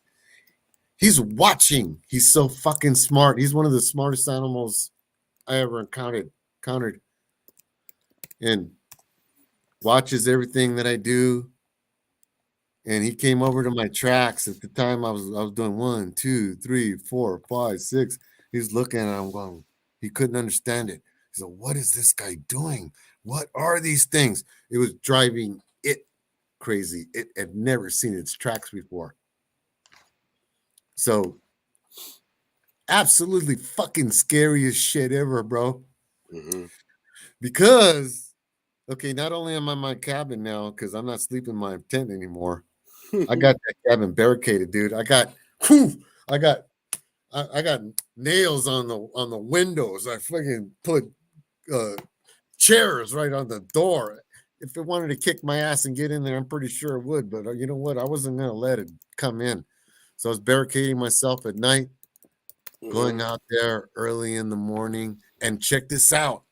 I still had to do my job getting the camp ready because that asshole I was working for, even though he believed it, would not budge on what I was saying. Even though he hired me as the science teacher, he told me, you can't tell anybody this. We can't let anybody know that there's a wolf man here. He goes, the two of us here, it's going to know we're here and it's going to leave. I'm all, you don't fucking know that. I don't even know that, you know? Yeah. So I was telling this dude, I go, I'm telling you the reality of this, mister. And you know what? He kept backing up and calling me, no, this can't be happening. Even though I showed him the tracks. I even measured it with him. Check this out. 29-inch stride. Mine's 19. Wow. From footprint to footprint. That's 29 inches. That's a big man walking. That's Kareem Abdul-Jabbar walking right there. And we're talking the weight. This is andesite soil, volcanic soil that I'm in. Hardest thing you can rock to make a animal track in with plaster. Yeah. I got 18 of them, man.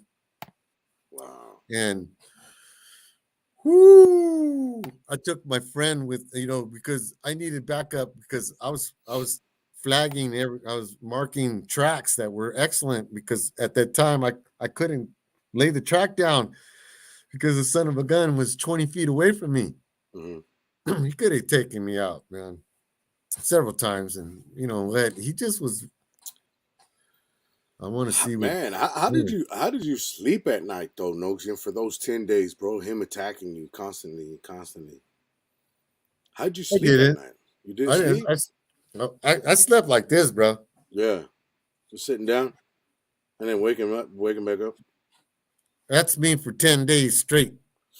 Wow. I had bags under my eyes. I was greñudo, man. I fucking stunk like this creature. I was so freaked out of even taking a shower that I didn't take a shower. Right. Because the shower, boom, we would have opened the door, man. I would have been all Vici and he would have just tore me up when I was fucking taking a shower. I'm all, fuck it, I'm going to stink like shit. I don't care. So this guy, I told him, check this out, my coworker, we got to get trail cameras up here right now. Get these up here right away. He told me no. He goes, no, we're not getting. He goes, we're getting too deep into this. We got to stop this now. The creature's gonna leave. Once again, he was telling me it's gonna leave. He goes, my faith. He goes, oh, my faith is gonna get me through this. And I was telling him, this creature don't give a fuck about your faith. He's more interested in fucking meals than your faith. Right now, I was going crazy, man. Because I know faith is a big thing because I'm a big man of faith myself, right? But this thing might make you crazy, man. And after 10 days, plus I wasn't eating very good at all. Eating on the run. Making sandwiches because I'm out in the forest by myself looking for tracks. And then I was finding the main runways of this thing, man, going out there by myself. And I'll tell you something. I guess that is the spookiest time of my life. I mean, spookiness continues, but man, when you're alone walking and you know this thing's around, yeah, it's not a fun feeling. And okay, check this out. I'm not the toughest man in the world, but I was saying to myself, today is a good day to die. Yeah. I go, nobody in the world is going to believe this story of mine. My job as a naturalist is over. I go, but I'm going to blow everybody's mind. Because you call me a bullshitter and a liar. Mm-hmm. I'm going to prove it to you once again that the spirit world exists. And, anyway, brother. Yeah, man. Wow. That's crazy. But it is the way it is. It's, yeah. And And that's what I was gonna say, man. If you feel like a heaviness just talking about all that, you don't have to continue the whole story, brother. I mean, you already gave us enough where we can imagine, you know what I mean, what everything that happened. I got to tell you a little more. Since I know it's a lot of weight. you asked about the 10 days. Yeah, the 10 days. Yeah. So I was by myself with this thing for 8 days, and then homeboy told me my coworker said he wasn't going to get a trail camera. I said I'm going to get a trail camera. So I took off to get a trail camera. I don't know shit about cameras. Anyway, check this out.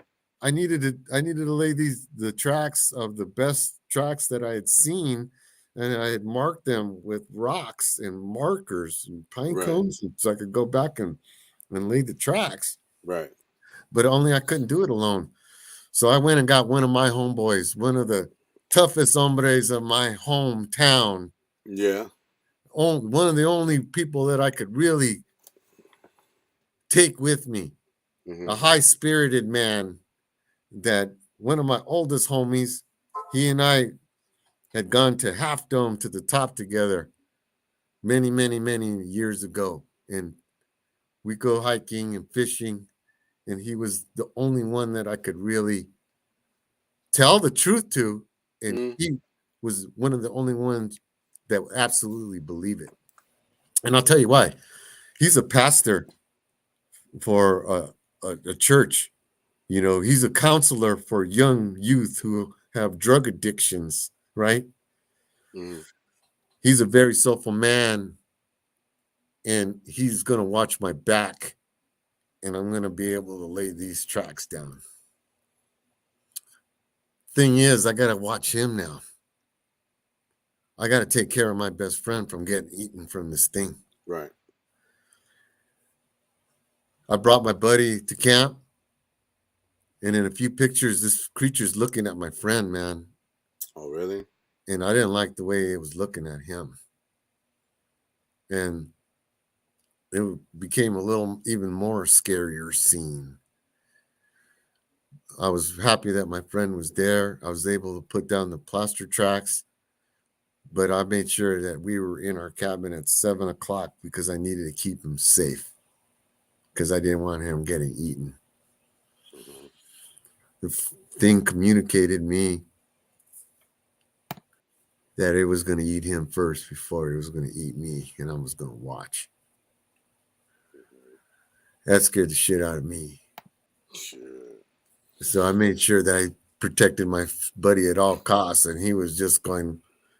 He didn't know what the fuck to think, man. I didn't want to tell him a whole lot. I was just telling him, "You got to hang with me, bro." And then when he was there, he was going like this. We were kicking back.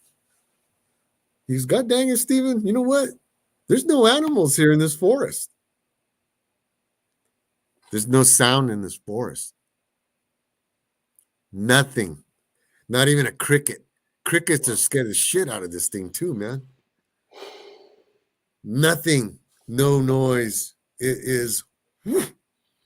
That alone is spooky because if you don't in that forest, man, you usually hear crickets, a bird, something weird, any animal. Nada. That's the first time. And then the tracks that I was making, he's like, what the fuck makes those? What the hell is that? And then little by little, he started catching on and he was going, oh shit. Oh shit. Steven. And then I told him, he was exhausted just after the couple of days. So we're talking 9 and 10 days, right? The 9th day, I absolutely needed him to make some of the most outstanding tracks that I'll show you those. Next time, bro, we got to come back. I'll show you these tracks. Yeah. There's nothing like them. There's nothing on the register. These guys that are looking for Bigfoot, they won't even know what the heck they are, you know? Yeah. And yeah, we're gonna definitely have to do a part 2, Noxium, because that way you can show pictures, because tonight we're already on an hour and almost 40 minutes. So I know people get Yeah. tired Yeah, quick. I'm getting a little tired of talking too, and Yeah, yeah, I want to go home, pray. I don't yeah, want to hang out with my woman and eat a yeah, good meal, exactly. hang out with Oh my yeah, little perro, watch a yeah, little yeah, yeah, TV, yeah. have a normal life, Oh man. yeah, yeah. And the reason I'm bringing this up is because Bon Jasso was saying, he says, love this, but I'm truly still waiting for at least one picture. That's not trying to be rude, just honest. All And yeah, right. you're right, Bon Jasso. And he does have pictures. He's posted some on my group, Cryptid and Paranormal Kingdom, and he does have pictures of his own. And like I said, I'm gonna have to bring him back for a part two so we can show those pictures with y'all, so y'all can actually see the pictures, because Yeah, yeah. You know tonight what? is too much to cover, just the stories plus the pictures. That'll go like for 3 hours, so you know what I But mean. But but we'll check have it this for out. next time, Bon Check this Johnson. out. Yeah. I'm gonna let your friend know right now that I actually published a book on this. No, Mm-hmm. I didn't want to, bro. I did not want to publish a book on this. Mm-hmm. Yeah, I wanted to publish a fucking book on survival of eating edible plants in the forest, man. Yeah. But this thing came in here, and so many people, family, friends, colleagues. I even got death threats from colleagues who said I was a liar, and that one of my colleagues said he was going to kick my ass Damn. because that can't be, because he's friends with the director, the guy that I work with. They're like totally friends, and Yeah. he heard my story. He heard his story. He goes, "Well, I heard John, and you're a liar, and you're not my friend anymore." I'm all, fuck you. You know what? If that's the way it is, I don't need you as a friend. Yeah. Exactly. And like I said, my whole core friends are still my friends. My true homies really know, and Right. they know. Exactly. And a couple of them, I've taken them with me to do my Native American rituals. Right. And man, and that's another story Yeah, now. that's a whole nother story, man. That's what I was fixing to say. We'd go about an hour and a half just touching that subject right I'm there, sorry, man. plus the rest of the Oh my subjects. Yeah, God. yeah, I know, But man. I check this know. out. Check this out. Uh-huh. My book is called Yeah, Trails of the Skinwalker. Trails of the Skinwalker. Yes, and it's on Steven Noxium. Amazon. It's on Amazon. Right, You could get it on Amazon. right. And I'm just trying to put a positive out of a negative, Right. right? I'm also on a mission to help the earth any way I can. Right. So the book to me, okay, the Great Spirit, we're all interconnected. This thing, creature, life. There's photographs of this creature in there, and I want to let you know that all the photographs that are in the book are just from one trail camera. Mm-hmm. I did 2 trail cameras, and I've already looked at some of the other photographs from the other camera. And those are going to be definitely in like the book too, because the Yes. story doesn't end. I just wanted you to understand the story because people thought I was bullshitting. Right. Read that story. Right. You'll know where I'm coming from right then. Right. It's the second story that's going to blow your mind. Yes. If the first one didn't blow your mind. Yeah. And I already have been writing it. I have to put it down periodically because it's just fucking. I want to get that book, bro. I want to get that book. I mean, because I know there's tons of Bigfoot books out there. There's tons of Dogman books out there, whatever. But the like Skinwalkers and Wendigos, man, there's not a whole lot out there, brother. Especially not from a Native American, bro. You know what I'm saying? That's what makes it a whole lot more legit. You know what I mean? Man, if I could just show you I got the track of all tracks. I call it the holy grail of tracks. It's like I call it the Terminator track, man. Damn. There was a work crew there. They put a bunch of soil and everything next to a tree. Went right in there and put his hand right in there. And it came out, man. This is really gnarly. Sorry, I can't show it to your friend right now, but I'll show it to you later. I swear to God. Yeah, man. It's in my book. However, In the second book, I'm really going to detail the science behind everything. Like I said, this book, you want to call me a bullshitter? Photographs tell a story. Yeah. I didn't take the photograph. I just put the camera up. I'm just showing you the photographs, but they're there. Yeah. People, all they need is one photograph of this creature, and that should be good and happy Right. enough. Right. You should be, There is photographs in the book as well, right? I got about 50, 60 shots of this thing in there Damn. In the book? in the book. Wow, that's a lot. I thought, man, you were gonna say like 5 or 6 of them. That's only a few of them that I thought should be in there. Yeah. Wow. It was the thing was driving me so crazy that I actually needed to get the book out as fast as possible, so that some people could read it and put their shoulders down and say, "I'm sorry, man. I didn't realize that you actually fucking were terrorized by this thing, and you probably still are." Yeah. Nobody gave me a fucking hug yet, bro. Damn. Are you serious? Man, I'm gonna have to go Cousins out of there. mine turned their back to me. I'm gonna have to go out there in California Waiting. and pay you a visit, brother. I'm waiting for my primas and everybody. I have one cousin. She's jockey like me. Mhm. She knows the truth. She's my cousin, man. In our family, we have this thing in us, clairvoyancy, pineal gland opening up, chakras. Work on your chakras. You could do it too. Yeah. I could help you, but Hey, Steven, don't be scared. what would you give advice to people? Because there's people on here on my chat, right? That they have had experiences or encounters with creatures, with cryptid creatures. What would you give them advice as to to help them with their PSTD? What advice would you give them, bro? Okay, check this out, man. Mm-hmm.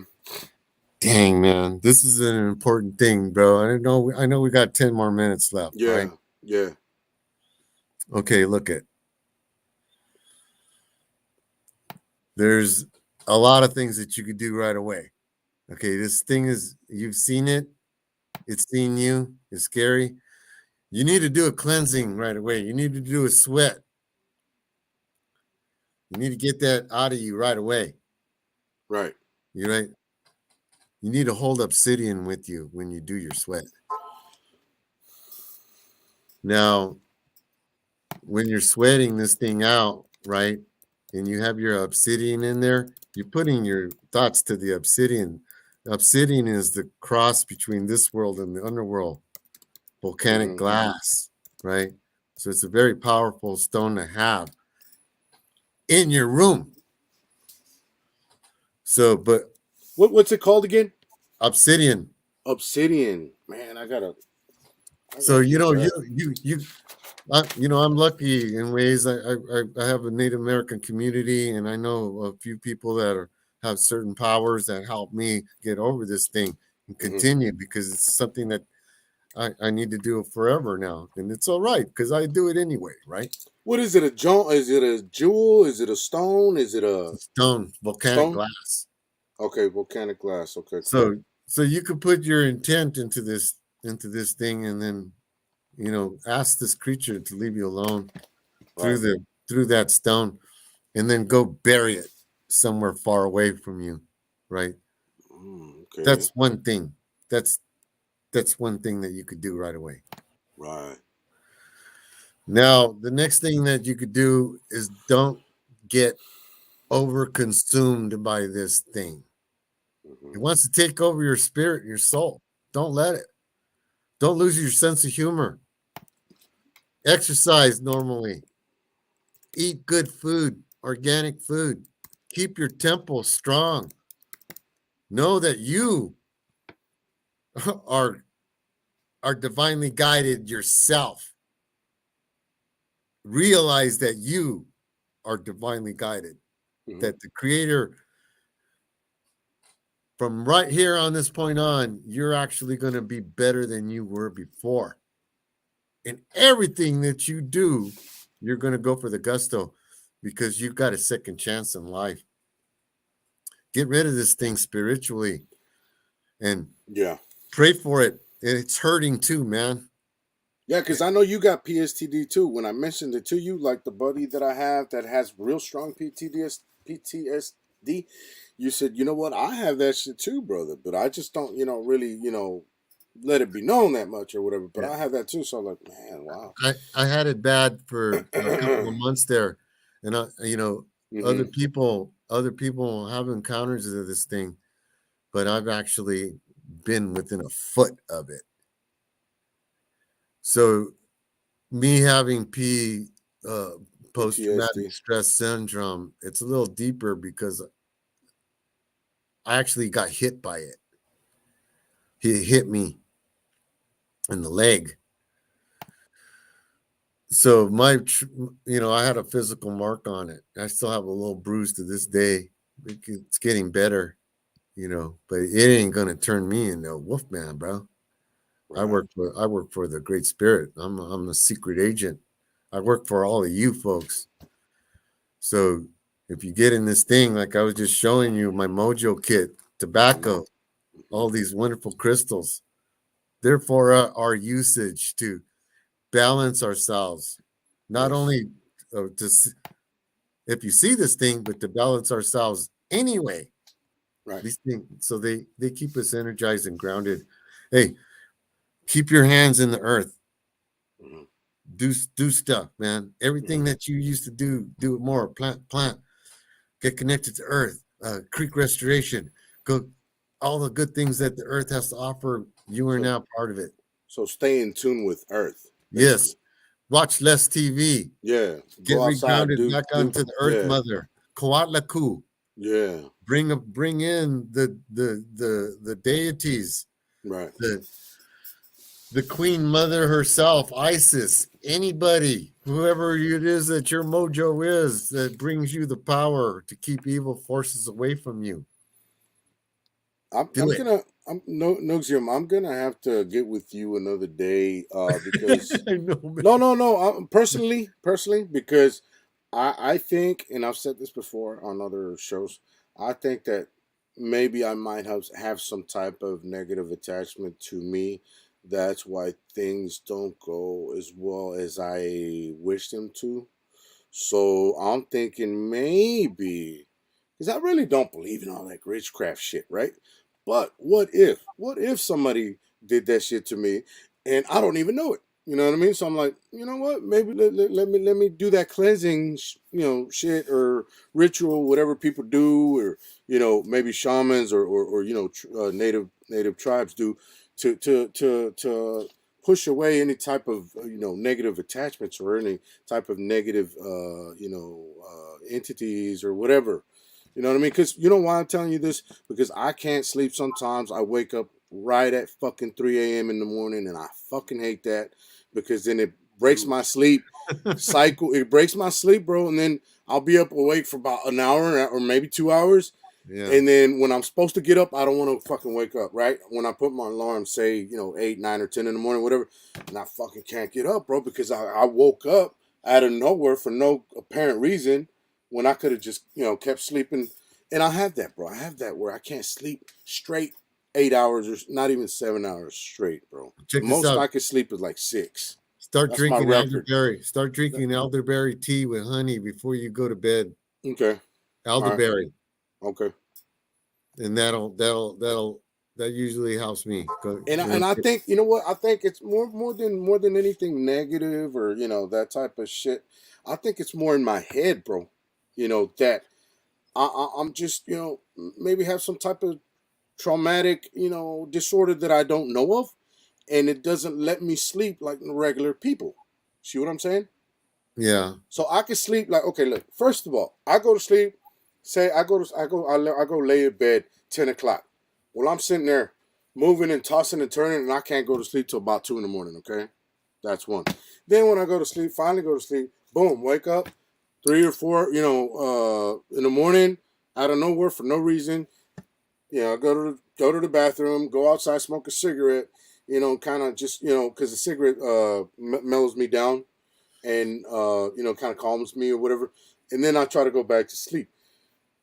But I'm to the point where I need to take like sleeping pills now, bro, and I hate that. I don't want to take Don't take sleeping sleeping pills. Like I was because telling you, I'm just the more gonna get calm. addicted, and I Yeah, hate that. I don't want that. I want something natural. The natural calmest thing to do for a good night's sleep is right before you go to bed is to drink that elderberry tea with honey and a little dab of lemon. Okay. Now, I even know a few people that throw a shot of brandy in there. Well, I'll tell you what. There's days when I come home from work so tired that I have to drink me 1 or 2 beers. You know what I mean? Outside, smoking a cigarette, drink me two beers, and then I'll come in and take a shower and go to sleep like a baby. But if I don't drink, I can't sleep. That's the thing. I don't want to be drinking every day, bro. That's not good for the temple to be drinking every day. Right, It makes exactly. you sluggish, lazy. Exactly. So that's what I was saying. That right there will help you. But check this out. Do you use aromatherapy before you go to bed? There you go. That's good. They got some oils, right, that you smell.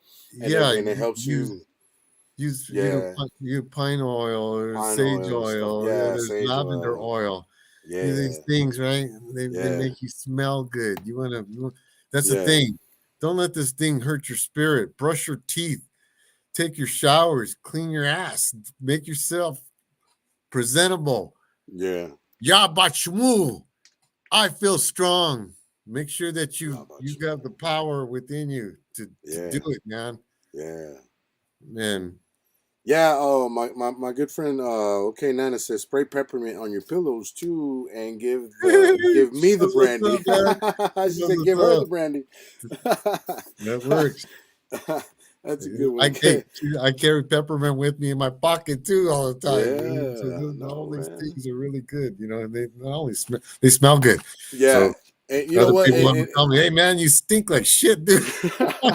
No way. I use lavender. Yeah. And you know what? That's another thing. Aunt Rock, she's a good buddy of mine, right? For some years, and he says me too. He can't sleep. And that's right. I just remember we had a long talk about 2 weeks ago, maybe 2-3 hours. We stayed on the phone. I think it was more than that, wasn't it, Anthony? I think it was maybe 4 hours. But yeah, we talked about everything and anything and everything, right? But we talked about that we can't sleep and we wake up for no fucking reason at 3 a.m, bro. It's like, what the hell? What is that? I mean, I'll tell you what it is. Is it? I don't know. Is it my conscience? Is it my conscience about all these fucking 3 o'clock is the witching hour, man. I know it is. I know it is. I know it is, brother. And that's what I hate about it. And you know what? There's another thing. There's a subconscious thing happening. Yeah, subconscious. I think it's subconscious more than anything. But you know what? There's people that say that most people when they wake up at 3 a.m, that witching hour is because there's some entity staring right at you as you sleep, and that makes you wake up. Your subconscious makes you wake up because it feels that thing. But of course, when you wake up, there's nothing there. But still, that's your subconscious telling you something there. You just don't know. But you don't see it. Yeah, you don't see it, right? You gotta feel it. If you feel electric static around you got something around you. Yeah, that's true. That is so true. Anyway, yeah, those things are going to help you get a full night's sleep. And then, check this out. Once again, 7 hours. God. Hey. Yeah. Pray to your guardian angels before you go to sleep. Make sure that they're around you so that they keep things away. It's a spiritual world out here. Yeah. People don't realize that because of Western cultural domination of things, and they try to squash our ways of being. But you can't. You can't do that. You will never. This country's only about 250 years old or something like that. Yeah, something like that. Yeah, hey, there's been things going around here for thousands. Hey, my good buddy Anthony at Rocks, he says he's American Native too. Yeah, I forgot about that. He is a Native American too, and he just asked a question. If you knew his tribe, he named the tribe, but I can't remember. It was many comments ago. Anthony, can you put your tribe's name again, bro? I remember you asked a question about that to see if Noxium knows that tribe or if he's heard of him. Please, bro. Like I know a lot of the, I'm in connection with a lot of California native tribes. Yeah, because he lives in California, around your area. Okay, now my boss, check this out. My boss, he's a badass, great man. He's a Lakota Sioux. Oh yeah, Lakota. He's very powerful man. I'm blessed to have him in my life, man. Damn. This would be absolutely a hard thing without him. Yeah. Well, so some of the things that he's helped me with, I'll help you with. Yeah, hell yeah. He said the name of his tribe is Pomo. That's the name of his tribe. Man. You know them? I know the Pomo. Really? And he says it's in Ukiah, California, or Ukiah. Okay. However you say that. Okay, you know what? Yeah, that area. Ukiah Pomo. I don't know. You know what? Check this out. I know the Pomo. I know the Pomos from the coastal Pomos, and then I also have been over to the Ukiah Pomos, so I do know some of them. Yeah. Chief David Baker, Pomo man. He's another great man. Yeah.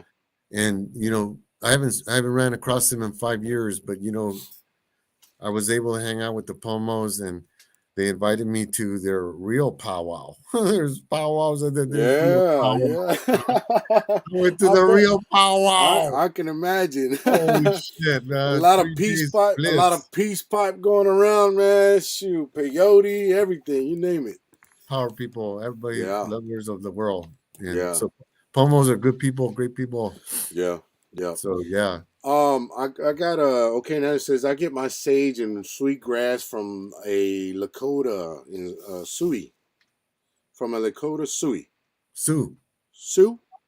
Lakota Sioux. Okay. Sioux. I'm sorry, I said it wrong. But I don't know what that means, but I know there's a Sioux City in somewhere in Oklahoma, or Sioux City in right? Well, yeah. There's Sioux City, and the Sioux. That's a nation of people. It's right above Texas, so yeah, it's got to be Oklahoma, and I think Nana's from Oklahoma. Yeah, South Dakota, North Dakota area. So it's the Lakota tribe. The Lakota tribe. Those are where the Lakotas are from. Yeah, man. They're. That's Sitting Bull's tribe right there, man. Sitting Bull. He's the cat who never signed a peace treaty, man. He's my idol. I don't sign peace treaties. You work with us. You work with us, Native Americans. You don't think you're smarter or better. We don't think we're smarter or better than you. We all work together. We're interconnected. We have that feeling of openness. We will teach you our ways. We'll teach the ones that want to learn. The one that the Great Spirit wants to trickle in to teach everybody else. It's all happening now, man. We're all trying our best to get that shit done. Yeah. Oh, boy. Oh, man. Hey, Noxium, just to finish off, because we're fixing to wrap it up. Just tell them real quick about the I can't remember the story you told me. Real quick, just to finish off. If it was the Skinwalker or if it was the Wendigo, which one was it that wanted to make you one of them? Remember you told me that story the other day? Skinwalker. Okay, yeah. Is that the one where, was that the first encounter, or was it the one with the 10 days encounter with your buddy?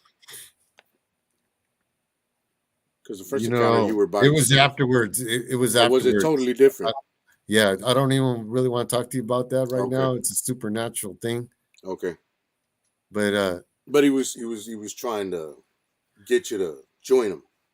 Basically. I'm gonna let you one last thing. My buddy that I took that I was telling you that I was telling him about this, and he was telling me, I'm gonna tell you why, Steven. He went after you. And I was going, why, brother? And he goes, because you're the general. Wow. Because you're the general, bro. Really? I like to treat people with love and affection and respect and dignity. That's all I want, right? Mm-hmm.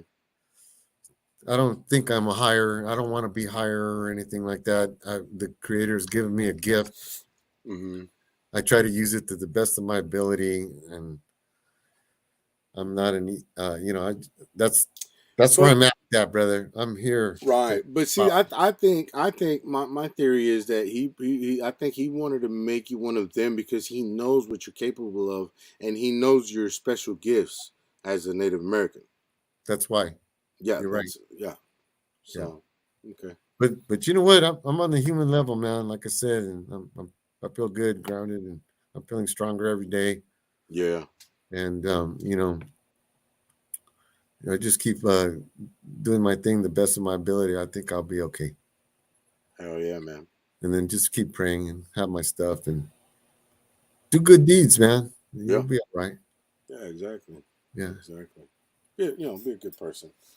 Because everything comes back, bro. I mean, honestly, that's the way life is. Yin and yang. Yeah, and you know what, brother? I got to get going too myself, but I got to tell you, I want to thank you and all your viewers out there. Yes, man. Thank you, bro. And thank you for being with us tonight and sharing what you shared tonight, man. Thank you very much. I'm sure everybody that's in the comments right now and the people that left feel the same way, man. I think everybody's amazed and and blown away with all the things that you had to share with us tonight, man. I think it was great, man. Awesome. Just hanging around with you, bro. I just want to hang around and have a beer with you, man. Yeah, man. Me too, brother. Shit, hell yeah. I'm gonna have to go out there, man, and hang out with you and Anthony Rocks, man. Rocks, man, because he lives up there too in California. So that'll be a twofer. I'll go see both of y'all, man. And both of y'all Native Americans, y'all can teach you some Native American shit, brother. Hey, bro, you're gonna come with me just to check out some homies that would like to see you and just hang around. Yeah, you're cool people, man, and you're definitely invited into our house anytime. Thank you, brother. Thank you. I appreciate that, man. All right. Thank you very much. And everybody, thank y'all for coming out, man, and showing love here for for Steven and for me and my anniversary and all that. It's my anniversary. Yeah. Thanks, guys. Thanks, everybody. Thank you very much, everybody. Thank you, man. That's great. Gotcha. That's great. Gotcha. How do you say goodbye? How do you say goodbye? Man, that's badass. How do you say goodbye? I just did it right there, man. That was a whole phrase just to say goodbye. Okay, what about bye? What about bye? Like one word. Aho. Aho. Okay, yeah, I knew that one. All right, man. Thank you, Noxium. I appreciate you, man. Appreciate you, brother. You got to come back, man. We got to make part 2, bro. Maybe even 3. All right, man. We'll chat soon. Okay, brother. All right, thank you, man. So long, everybody. Thanks so much. Bro. All right, bye. Peace out, man. Bye now. All right. Thanks, everybody. We'll see y'all next time on the next show. Peace out. Carlito signing out. Thank you. Thank you, everybody. We'll see you next time. Peace out. All right.